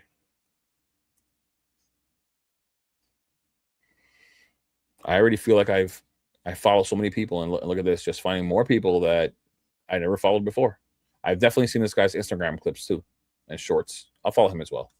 Why not? Add him to the list. I know what you mean. It's so hard to watch everybody's content, but you should go back and forth. Memory Brews video all the way through. The algorithm does not like it if you stop to have. I think I've said that to people. Yeah. But also I watch content on my way to work and then on my way back. And then usually when I get home, I watch a little more content and then I do my own content. So now when I'm on the train, I lose service all the time. It's a subway. So automatically it gets paused. Keeps pausing. And sometimes I make it to work. I got to get to work. I can't finish watching the video. Then at the end of the day, I go home. I finish watching whatever video I started. It's just an assumption. I don't think I might have watched all of Mimic's video. I just can't remember. It was a guess. But the point is that Let's see if it has a red bar all the way across. Yeah, yeah. Actually, you can see it here. This is how you know, but at least you see this 5 days ago. You see how the red bar is full on the bottom? That means I watched the full video. Then this one, I must have been on the way to work and didn't get to finish the whole video. It just so happens to be like I don't choose. I don't choose for that to be the case, but usually whatever video I watch all the way through. I like, comment, and do whatever I can. But sometimes I just can't do it just because there's things that get in the way, like without that are my choice. Stunned cards are going to rise nicely. Yeah, people love stamps, man. Nice. Those cards look so good. I've sold so much Pokemon this week. It's insane. Got my wave 2 MSRP stuff for Chaos today. Another rodeo of a day. That's sick. Man. Oh, there you go. Look at Grim. The only one person that did hop in that stream that day when I put the link out. Now, Karma, I will say, because I know you mentioned that you would hop on here. I don't have a problem with you hopping on here, but I don't know if I'll ever drop it in the chat again. I will drop it to you personally on Discord one day. But I've heard several stories of people having like a bad something happened, like people just do stuff on purpose, like they say they purposely hop in and then say things and it goes bad for them, and who knows, they get demonetized and things like that. People will take advantage, just like that weirdo that came in earlier, like never know. Stack singles, watch hottest cards of the week. You will thank me. Yeah, for sure. And this hottest cards of the week was 5 days ago. That means it's going to come up in a few days. What is it, tomorrow? It's hottest cards of the week tomorrow. Rock hard investing was yesterday. So Wednesdays is rock hard of the week, rock hard investing, and Fridays is hottest cards of the week on Mimic Bruce channel. So he does that every single week. And sometimes he does a, what do you call that again? Is it a preview? Not a preview, a premiere where he's there live watching it. And I never know when he's going to do it. It's not like he announces it. I don't know why. I don't even know how you would know. I just happen to catch it sometimes. Roughly 1/8 of my sealed collection is 5K. I'm way up. Might as well take gains and be cash strong again. I'm tired of playing with 1 or 2K at shows. Yeah. Listen, it's never a bad time to realize gains. It really isn't. Since a short time being back in the hobby, I have only ripped 6 cases of Ninja Spinner. English stay sealed. 6 cases. Why do you say that like it was nothing? Did you mean 6 boxes? That sounds better. 6 cases though. Mimic Brew Master Set, Black Bolt White Flare. That's an expensive set to. But you know what it is too? Mimic was buying up Black Bolt White Flare before it got expensive. I mean, Zekrom and Reshiram and the Victini were always expensive. The SIRs were always somewhat expensive. But the illustration rares that are now really expensive, he was buying them way before that happened. So that's different. I have one customer who finished their Master Set for Sunday Hero, so that's sick. Expensive too. Hobby, I think I need a new uncracked phone. What? I don't know what you're saying right now. Yeah. I understood what you meant in the hobby. I understood that part. Now I see what you're saying. I put the Braviary Master Ball, La Resta Illustration Rare, Kyurem Full Art Pokeball, and 2 EXs in my booster bundle. Probably worse results in a booster bundle. Black Bolt and White Flare booster bundle. Okay. I mean, listen, that isn't. I think Braviary. You know what? I actually pulled a few Braviaries. Out of everything, it actually annoyed me because I feel like when you're first ripping a set, you probably want several illustration rares in your experience as opposed to continuously pulling the same one. And I think I might have pulled like 3 Braviaries and then a Snivy and then like basically nothing else after that. I think that's how it went. And I was getting annoyed with the freaking Braviary. I feel like if I really want a master set, I could, but still never have. Yeah, I think the same. Card Craze, awesome live, by the way. Thank you, brother. I appreciate it. We're just hanging out, man. I always say that this is basically me hanging out with the boys. That's what it's supposed to be, I think.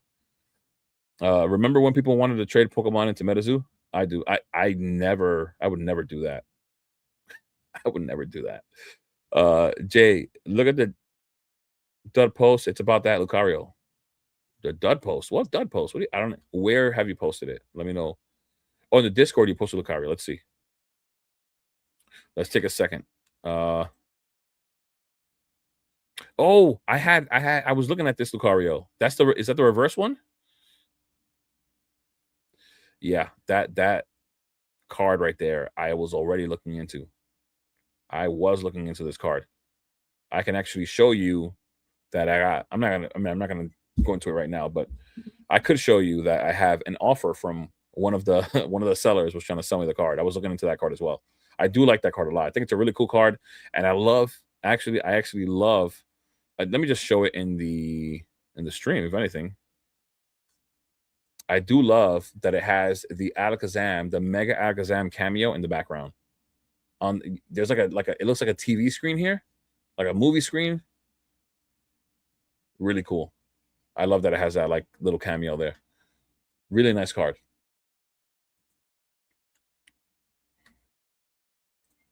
Bro, I have 2 Rowlets from Perfect Order. I want a full page of them. It's so cute. I have 6 of them so far. But like I said, I'm just trying to get a few of each card that I can. I don't have an LGS by me that gives you like well-centered copies, like because that's usually what you would like to pick up.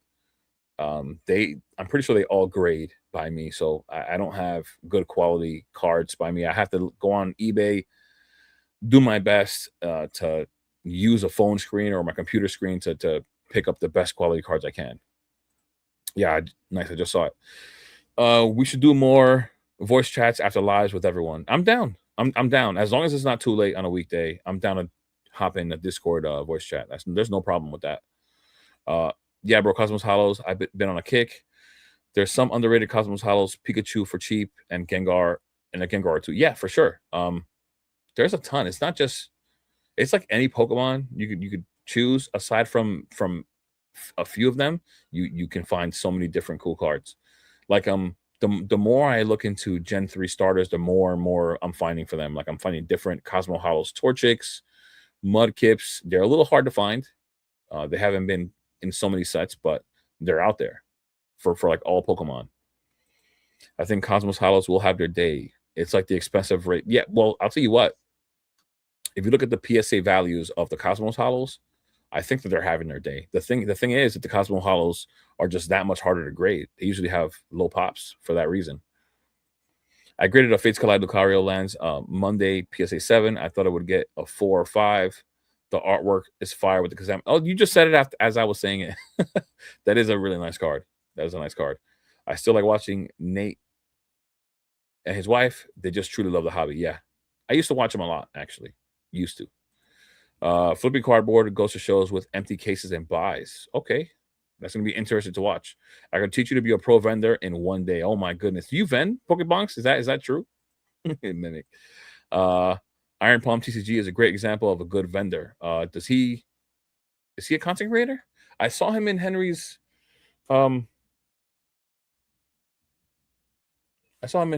stream yesterday.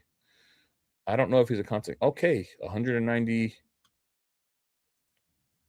Brother, he has one video. You know what? He already has 190 subscribers. This must be from this one video. I'll watch him. I'm gonna give him a shot. I'm gonna give him a shot, and I subbed automatically. Automatic sub. Is he in Hawaii? Just curious, because he looks Hawaiian. Mega Brew has some great videos and some not good, so good takes. Why do you say that? Why do you think? I don't agree. I love his videos. I don't know. I don't agree at all. Still got an IR at least Mimic. Yeah, he did. How much bonks? And to be honest, you know what's funny? Like the same way how this guy just said that he has some not so good takes. I was in Broke Pokemon's stream, and somebody said that I don't have good takes. Something weird along the lines of like, I don't know, like if I try to push like a bearish take on. I wish he was here so I could just go like this. Bearish what? Where am I bearish? Where? And that's just what you can see, right? We're not even talking about the singles. We're not talking about what's in my closet. Like, we're not talking about what's in those black and yellow storage containers. Like, where? But people, you can't make everybody happy, and that's something that I've learned to accept. You can't make everybody happy. Hopefully, you just attract people that give off the same kind of energy and just appreciate even your hard work. Uh, so I don't know. Try to have fun with it. Hopefully everybody likes it. That's all. Shug Nasty in my live stream? I think this is the first time you're in my live. This is odd. What's happening here? Is there something happening? Some kind of conglomerate? Something? What's happening here? Shug Nasty with the twerking in his last video. This guy loves to move. I'll tell you that. This guy's hilarious. For people I like, I gave out the game for free. LOL. Mimic. That guy is weird. Talk about someone else. Uh, Friday is always hottest cards. That's what I said. Friday's hottest cards of the week, and Wednesday is Pokemon card investing, I believe. It has been a game changer to watch to keep me in the know as far as singles that are rising and falling. Yeah, 100%. I bought like 10 Braviary. Love that card. Really, I don't know, man. Like I said, it was just me trying to rip the set, and the fact that I went through like several 3-pack blisters, a poster collection, a booster bundle, and I pulled that with all the illustrations that are in that set. I was like, bro, please, can I have like a better experience than this? It was like a batching issue. How does Larvesta get 2 AIRs in the last couple of years, and yet Sandshrew has not? Yeah, there are a lot of people that don't get anything. I mentioned, for example, a Pokemon that doesn't really get much attention whatsoever is Zangoose. Zangoose is one of the coolest looking Pokemon out there. I don't care what anybody says. His design is amazing. Like just the way they drew him out. They could have so many cool cards of Zangoose, and they don't. Same thing for Dragonair. Yes, it got an illustration for in 151, but if you look at all the cards that I got before that, not so many. There's a lot of Pokemon out there that don't get any love that are amazing, actually. I can't pull a butthole Pikachu to save my life, but I pulled 4 Latias. Latias is fire, though. Latias is fire. I would love to have that Latias. I have seen a few how to start vending videos, and some are pretty good, but I didn't save any. But they're out there. Nice. I'll look them up. I'll look them up for sure. I opened over 500 packs of Surging Sparks and didn't pull either. Yeah, I haven't had any luck with Surging. It's been one of the ones that just have been like just destroying me. I grabbed the Cosmos Hollows version. The one I was looking at, I can't remember if it was the Cosmos Hollow Lucario or if it was the reverse. But I like them. I like that card, period. Just overall. My LGS are terrible human beings, worst card ever. So now there is a guy in New York. He's a content creator on Instagram. He offered to take me to a shop, like, or show me some shops that actually. He doesn't know I'm a content creator. I just commented on one of his posts. I don't think he knows that I do YouTube or anything like that. But he offered to take me to some stores in New York where they actually take care of their customers, or people actually appreciate you buying there and just like actually hook you up. And I haven't done that. I need to contact him. It's a guy named Kohler Collect, I believe. I think it's Kohler Collect, something like that. You should look up Lucario 26. Let's see. Let's see what you're talking about here. Ooh. That's sick. I saw several. I know this is a non-holo. Is this a promo by any chance? It looks like it's a non-holo, but I've seen several like promos that were non-holos that look sick. This looks sick. This is a sick card.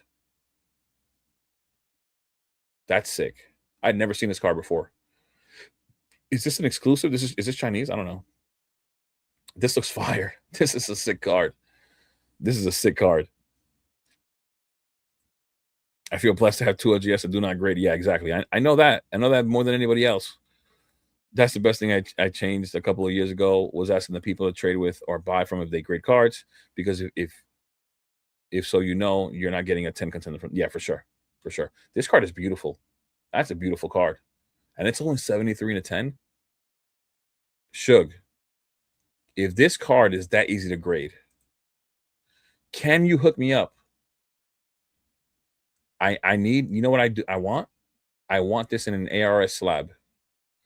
Shug has been pushing the ARS slab, and I think that slab looks amazing. And that's the ARS slab is why I've been saying that if CGC changed their label to like a stainless steel label, some kind of a metal label, some kind of a silver, maybe a chrome, I think CGC would change the way people look at it just by the look, because people like presentation. They do. The ARS slabs that Suge has been showing off in not only his YouTube videos, but on Instagram look amazing. If you could help me get that card in an ARS slab, I'd be really grateful. I would want a few in an ARS slab, but that thing is $73 in a freaking 10. I'll take that. That card is sick. That's a sick card. Perfect Order got Q, Mafia Clefairy, Rowlet, Dedenne, Esper, Aurorus. Yeah, actually, we pulled the Aurorus today, which my girl actually likes. Wherever this thing is, I don't know that Pokemon so much, right? Isn't that a newer Pokemon? What did we do with this thing? I don't know what. See, this is what I'm saying. Oh, there you go. We pulled one. We did pull one. It is a nice looking card. It is. And the Rowlet, I think, is going to be well loved down the line. The Esper is really nice too, though. It's one of the cards that's actually selling the most. Mimic remembers when I put my money in the black. Oh yeah, the Black Bolt says Seismitoad. Sugar, I'm about to watch your recent slab video. Yeah, bro, the ARS slabs are fire. They look so good. I can't believe that we don't have something in the States like that. I don't get it. Gyarados needs a card ASAP. But the good thing about Gyarados is that it's a mega. We have a mega version of Gyarados. I don't see, this is what I'm saying. Like, when it comes to just speculating and just thinking about what may happen, I don't see. I just don't see a world where Pokemon doesn't use their most popular Pokemon. There's a reason why they continuously use Pikachu, continuously use Charizard. They're going to keep on using Greninja, Umbreon, Gardevoir, Lucario, all these Pokemon that have become insanely popular. They're going to keep using them. Gengar. I don't see a world where they don't. So Gyarados is definitely one of the more popular megas for sure. I expect to see a Mega Gyarados, a Mega Metagross, Mega Mewtwo, and we should also be expecting the new megas, right? Maybe Mega Victory Bell, even though it looks like crap. The Raichus. I think there's a lot to look forward to. We still have several sets. We definitely need a Mega Gyarados for sure. Shiny Gyarados needs a gold card. Red on gold. Yeah, it would look good for sure. Just a set of card, as far as I know. Okay. Which is that one? 24? Lucario. I don't memorize these numbers, so let's see where you're at. Is it Lucario that you're talking about? 24? I don't see a Lucario 24 anywhere. Let me know. But you got me for real? Nice. Thank you. Thank you. Yo, those slabs. Let's see if I can.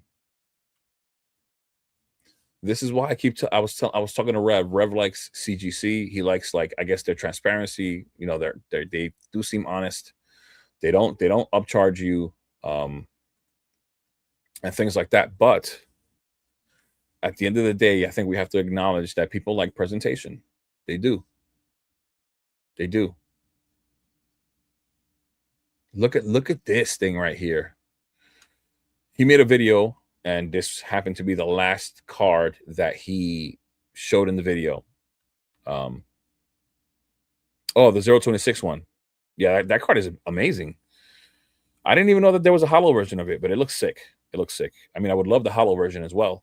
If I don't know, if Suge said he's down, I'll work something out with him on the side and see if he can help me out with that for sure. But this is Suge's post. This is the last slab he pulls out of that video to show all the cards that he graded. And so the cool thing about the ARS is that they don't show the grade in the front. The purpose is to show the appreciation for the card itself. And this is a Japanese Gold Star Ray. And it's somewhat damaged, the card, but it looks amazing. This thing looks sick. And then when you look on the back, oh, this is the other angle. This is just the hollow pattern he's showing you here. It's in that stand he has there. Does it show the back? Oh, he didn't show the back at all, actually. But this is the stand that he puts it in. It looks sick. This is beautiful. Like, this slab is just beautiful. Yeah. I was just going to show the grade and what it looked like in the back, but he didn't post that picture. He does have, like, this really beat up Charizard in the ARS slab as well. Not that he doesn't have any PSA cards, but that ARS, look at this. What is this? Is this ARS or is this the other one? Is this the other one? Let me know. Sure. I think there was ARS, and I forgot what the other one was that you showed in the video. You guys don't want to. Oh, you didn't post it back. It's in the video. People want to see. Yeah, I would definitely say watch the video. I mean, these slabs look amazing. I mean, we can't get them here clearly. Shug actually lives in the. There you go. It's ARS. Okay, okay. Yeah, the Ray is ARS. This one is also ARS. What happened to that little pattern that's on the bottom? That little design. Is it just the angle? I think it's just the angle because I know that it kind of has like a reflective angle for that. But yeah, these cards look amazing. I mean, too bad we can't get them here. There's some more here. Oh, Dragonite. I love Dragonite. If you know me, you know I love Dragonite. This looks fire. I love this card right here as well. Damn. Yeah, Shug has some nice stuff. Shug definitely has some good stuff. Yeah, it's the angle. I remember you showing it, and it was kind of like reflective, like those other lenticular cards, where it doesn't show that little logo. That's why I didn't think it was that one. But I know there's another company that does slabs as well. I just can't remember what the name of it was.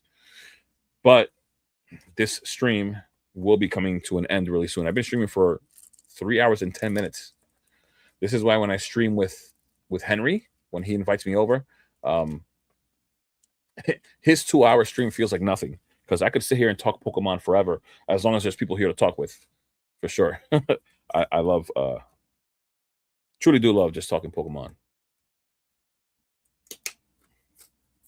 I'm hoping to find some people here in New York. Let's see. I am gonna rip. I think I ripped one on Henry's stream. No, I ripped the other one, the Goldingo one. I'm ripping another one of these. So I already have, for those of you that don't know, I pulled the Gengar live on stream. I also pulled the Cerulege off stream, but I pulled it. Now the goal this is the fifth one. Pulled 2 exclusives out of 4 boxes. Goal is to pull the Cubone, which I've been dying to pull. I mean, I buying the 3 boxes. Sorry, the 5. I would have already paid off the Cubone, but I'm doing this one for the stream. I bought these for the stream and because I just for the enjoyment of, pulling something on my own. So let's see what happens. Cubone, talking about cards that need more, like that Cubone card is a Chinese exclusive, but we need more than just that. And we need a Marowak. We definitely need a Marowak. I mean, just do it. What are we doing, Drunk?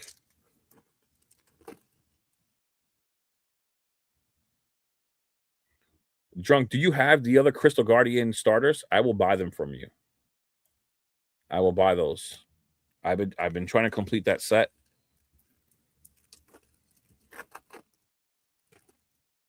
Drunk's been too busy as of late. Come on, baby. Cubone. Gardevoir. Open the card. Well, we're opening these right now. Let's see. It's a nice way to end the stream, I think, when I do have these. Okay. I did come across another fake 151 surprise box. The seller tried to claim it wasn't fake, but after getting one fake, the Gen 3, or you mean all the starters? The starters, those Crystal Guardian Cerulege Master Ball. I mean, they're not rare, but it looks cool. All of them. I'm trying to find all the reverse stamped Crystal Guardian starters. I don't remember if the other if all of the evolution lines have them, but if they do, I want them. They just look so good. Like the stamp itself actually looks nice. Like if you look at like the other stamps from different eras and different sets and stuff like that, they don't all look good. That Crystal Guardian one looks amazing. This Meowth looks beautiful. Banette.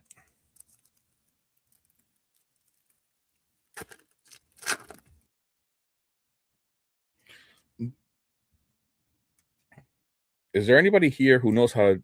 Nah, I'm just gonna Google it. I'll figure it out. It was something related to the Discord, but I'll take a peek tomorrow. If it's cool, bro. There's no rush. There's no rush. It could happen on any other day. It could happen on any other day. There is no rush, man. It's pretty hard to come across Crystal Guardian stuff anyways, you know?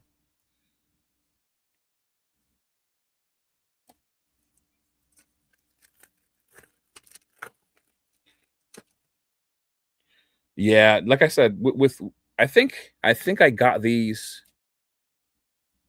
I got these 5 boxes for $70 each, so that was $350, and I think the Cubone was like $300 at the time. I could have just bought the Cubone, but I also know that I enjoy ripping. Of course, I enjoy ripping, and there were other exclusives in there that I wanted to pull, and so far, I've pulled 2 of them, which is the Cerulege and the Gengar. Yeah, that's what I'm saying. Like that's happened so many times, Unc. Like I've put off so many cards, and they just end up running, especially in this market. I mean, who knows when the market's finally going to pull back, right? Like actually pull back, not this like a little slow down thing, not a correction like last year September. When is it actually going to like go to where people are not buying Pokemon at all? Is that time ever going to come again? Who knows? You know, there's so many people. Like I know that in the past that's what it's been, but people have pumped so much money into Pokemon that they're not going to want to lose the value, right? It's like people not leaving PSA. You know, they're going to keep on pushing PSA because they got so much money tied up in PSA. So tag is never. It's probably never going to take over. CGC is probably never going to take over. They just have too much money wrapped up in PSA. So, oh, oh, I got it. Let's go. Let's go. Let's go. Let's fucking go. Yes. No way. Yo, I had 2 packs left. I thought I was gonna get a dud box. Let's go. Yo. Yo, let's go. Oh shit. Yo. The stream is over. There's no better way to end the stream. And it's the last box. I don't even have to buy anymore. It does have some scratches. But who cares? Fuck it. Holy shit. I think actually I'm lying, it's a print line. 2 print lines. Holy shit. Yo. Oh, and Mimic the singles champion missed that pull. I know he's gone already. Yo, this card is beautiful. Oh my god. Yo, let's get the light on there a little more. Oh my goodness. Yo. Let's go. Oh man. Damn. I love the reaction. Bro, you don't understand. When I tell you that I love Pokemon, I genuinely love Pokemon, bro. Like I grew up with this stuff and I just have so much fun with it. I really enjoy it. Yo, if I could open packs for the rest of my life and get paid to do it, I would. I'm telling you right now. This is what I'm saying. Like I'm considering vending. I'm considering having an online store. It's not simply because of the money. Would I love to be able to fund my life with Pokemon? Yes. But just to be like intertwined with Pokemon would be like, I don't know. I couldn't ask for anything better. I mean, now, because I used to play baseball, I could say that too for that, but that's over. um damn. Holy shit.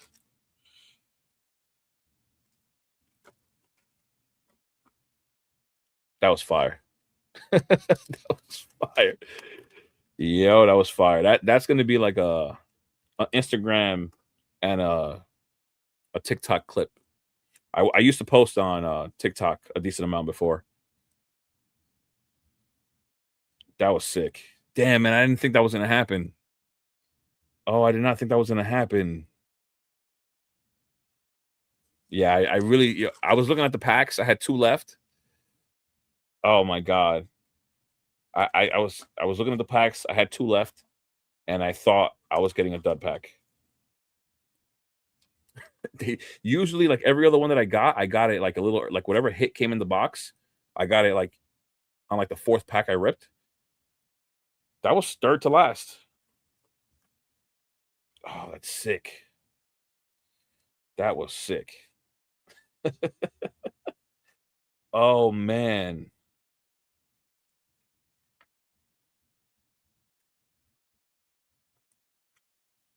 I'm sorry, you guys don't exist for a second, okay? That's so sick. Oh man. And I love these Vault X semi-rigids. Oh my gosh. That looks amazing. Damn. Thank you guys for being here to witness that. That was amazing. Unk, I will do my best to send it in when the time comes. I guess I could, you know, man, I really wish Tag was doing better. I know there's a lot of people that like Tag. I do love the crystal clear look on the Tag slabs, but I do not like that they're so fragile. I hate that. And I have two more packs, so I'm ripping the packs. I hate that they have been inconsistent, and they really have been. There's multiple videos out there of people sending uh submissions like over and over again, like recracking the slab and just getting a different grade. And I think that's why they're now doing that like fingerprint thing where they can tell where they're trying to like identify each card so that people cannot resubmit. I think that's just to protect their name because of these videos. I think that's something they came up with, and it makes sense why they did that. But I just wish the card, like, I wish they were a little more consistent, and I wish that that was the last pack. I wish that the slab just wasn't that delicate. I don't want to worry about dropping that slab and it rips. I mean, sorry, rips or cracks. But I think that card may be worth. I mean, and honestly, this is not a card I would want to sell. Honestly, I've been wanting this card for so long. Cubone is such a cool Pokemon. This is going to be like a PC thing. I think I would be okay with maybe sending an express if I wanted to sell it. But I feel like anything for your PC, there's no need right now, right? Um, I think there's no point. You could just wait and when the time comes, just send it in. But I don't want to sell that card. I don't. I just wanted it for me. Damn, that was amazing. Damn, that was a dopamine hit and a half. What the fuck? Oh my god. Oh my god. I just hit the pitch black Morpeko SIR. How much do you think it will go for? Damn. You got packs already? I mean, there are ripper ships already ripping. I will do a pull rate video. It's gonna require many hours of me watching somebody rip. To be honest, I think that Morpeko is gonna surprise people. You know, it's so funny for people to pass judgment on like sets all the time. They keep talking about how a set's not gonna be good. Are the singles on TCG Player by any chance? They're not. That sucks. Um, why can't I feel like I can't remember where the pitch black singles are. Oh, they're on Poke Beach, aren't they? Demo Pecco, man. I think that people are going to be really surprised.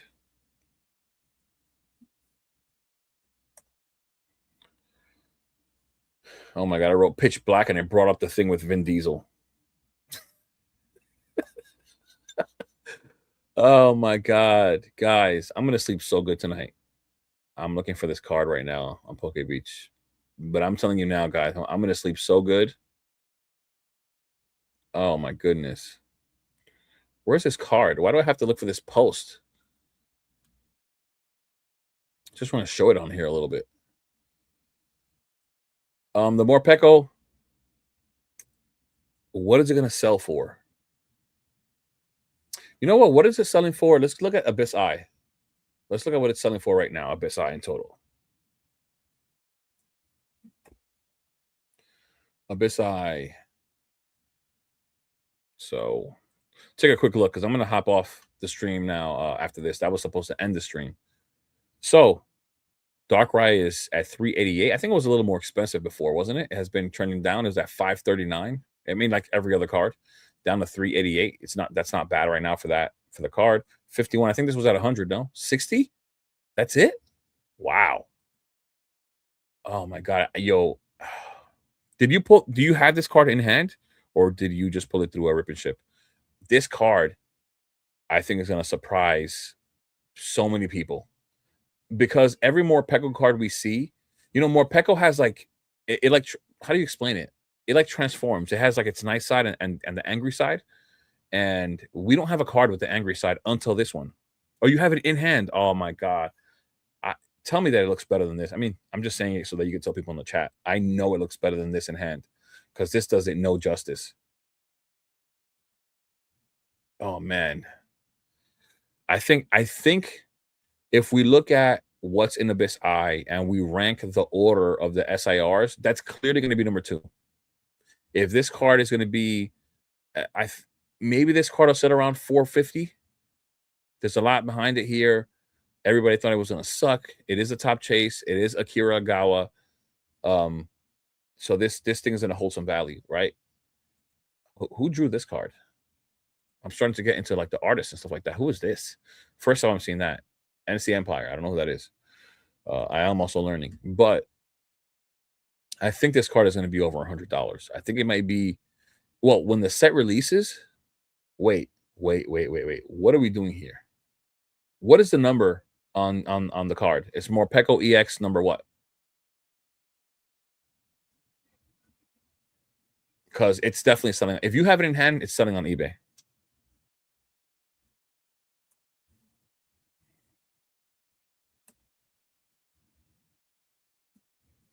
He's saying yes, a million times better. There's a Japanese one. What is the number? Let me know the number on the card. This one's 115 for the Japanese. I want to search the English one. Somebody must have posted it already. If you have it in hand, you see, like we have the dark Morpeko here from is it Paldea or what is it? Paradox. It's Paradox. But he's like angry, but it's not the same. He's not really showing his anger there. This card is the first card we have with him expressing that anger. Let me know the number of that card on the bottom left, so I can search up the English one. There has to be a sale, even if it's not appearing here. When I search it up, I can at least look up the sales, the sold listings, and we'll see what is sold for on eBay already. Nothing else comes up like that real quick, so please let me know. And this is, did you find it, Raf? Raf Collects? Let me know the number. I'm waiting on you. I don't know the number of the card. Let me just do this for a second while you do that. All right. Let's just look at the sold listings to see what pops up. Japanese.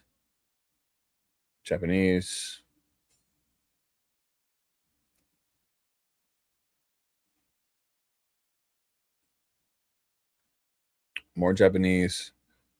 Yeah, you got to give me that number to see if we find just a few sales. There might be like 2 sales, I think is Raf gone? Did we lose him? We might have lost Raf. Damn. $52? I mean, that just to enjoy the card, I think you could just buy one of these at $38. Bro. Why not? Just to have it in hand and enjoy it. That's sick. $38. I think Raf is gone. We've lost Raf. I was hoping for him to give me the card number because I don't know the card number itself.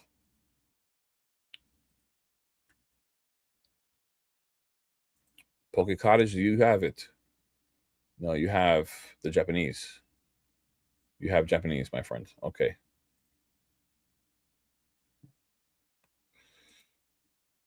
Do you have English? Some English? No, Japanese. This card? Ooh, I'm looking forward to this card right here. I'm really looking forward to this card right here. This card is actually kind of cute. It's kind of growing on me.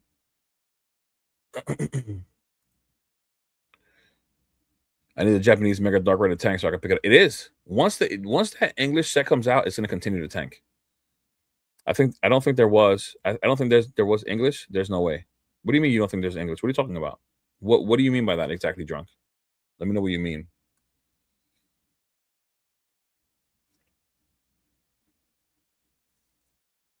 Let me know exactly what you mean. You mean the cards, like, I think I took a picture and I sent it to my Discord.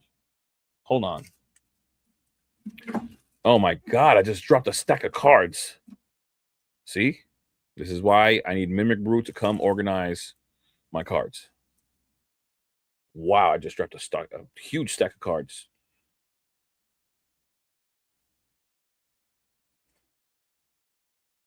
No, no, no. There's, bro, I can show you a rip and ship right now. I can show you a rip and ship right now.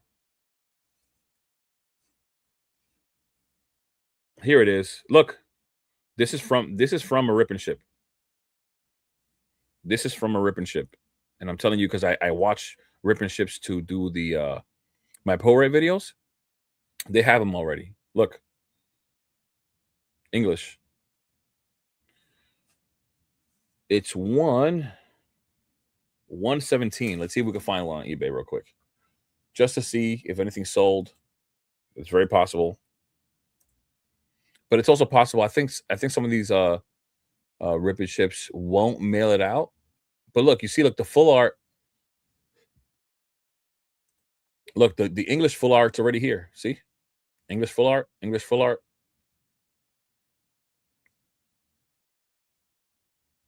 I'm just trying to see if it pops up somewhere. I guess it would be on top. No, I would hope, but sometimes you never know with eBay. Let's look at the sold listings to see if that pops up now that I got the number 117.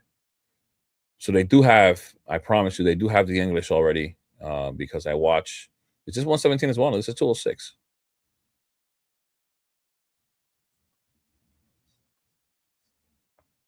No, it hasn't sold. It hasn't sold yet.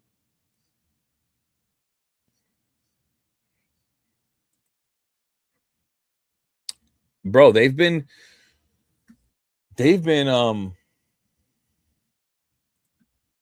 doing a rip and ship for the last 2 weeks. Specifically this one channel on Whatnot. So I use them to once again, I use them to, okay, this thing refreshed by itself. What's going on? I use them to do my pull rate videos. So this is how I get to watch videos early. Please, guys, don't steal my content ideas. It's these guys here. Pokemon Superstore. Look, pitch black, rip till you hit. Um, so these guys always get every single set early. Some earlier than others. This set they got this set so early. I've never seen them get a sword. Look at all the Misties right here. Can this thing get like full screen? I don't even remember. I think it does. I don't know. I guess there's no full screen. Yep. So yeah, they are breaking that street date for sure. But yeah, this is how I get my pull rate info. Yeah, some of these people don't really care, you know. Their first two with the product, they're not gonna care, you know. Look at all those Misties. That's one, two, three, four, like 6 or 7. Look at the Darkrai right there. Look at the Darkrai. Watch.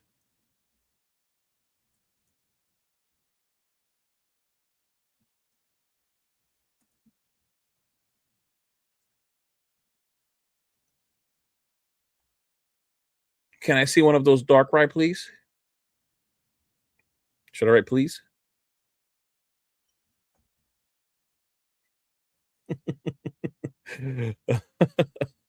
Please, pretty please.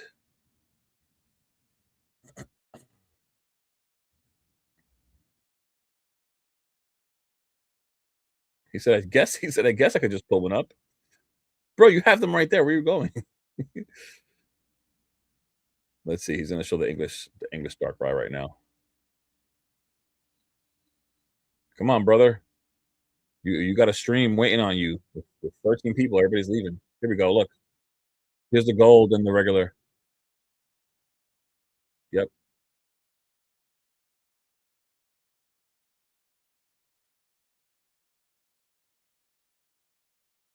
Gotta be nice to the guy. You know what I'm saying? Nice. Thanks. Gotta be nice to him. This is where I get my information. So, but yeah, they get their stuff early, man. Oh my God, I dropped all these cards. But yeah, they get their stuff early. That's where I go and I get my pull rate information. But this time they usually get the sets. These guys usually get them 2 weeks early. Typically, I would say around 2 weeks early. Yeah. Drunk. I understand. I understand. But I don't know if they mail them out early. But I don't think they should be showing them early either way. I don't know. I think if Pokemon knew, they probably would step in. I don't know. I don't know how that works, but they usually have sets 2 weeks early, and we're still what 3 weeks early right now.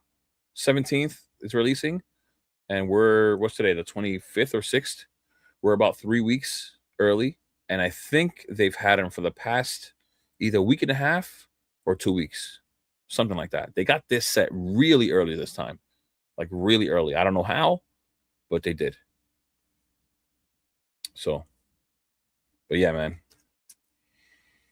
Yeah, I understand.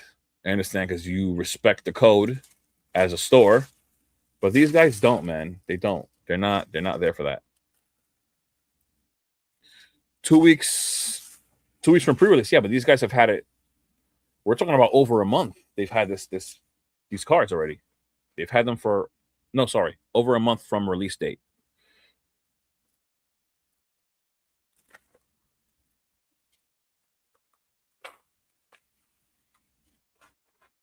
Oh man.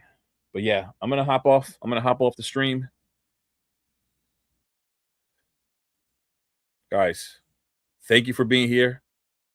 Thank you. This was a great stream. I appreciate the support. Love you guys. I'm gonna be talking to some of you guys in the Discord. There's something I need to figure out how to use like a specific bot in the Discord. So we can make something happen. But yeah. Thanks for being here. It was a very, very fun stream. Drunk. I'm sorry those guys do not respect the code or the rules. But yeah, man. We'll talk about those other Crystal Guardian stamped cards if you have them. Listen, you already gifted me one, okay? I will buy it from you. I will just cash you through PayPal, bro.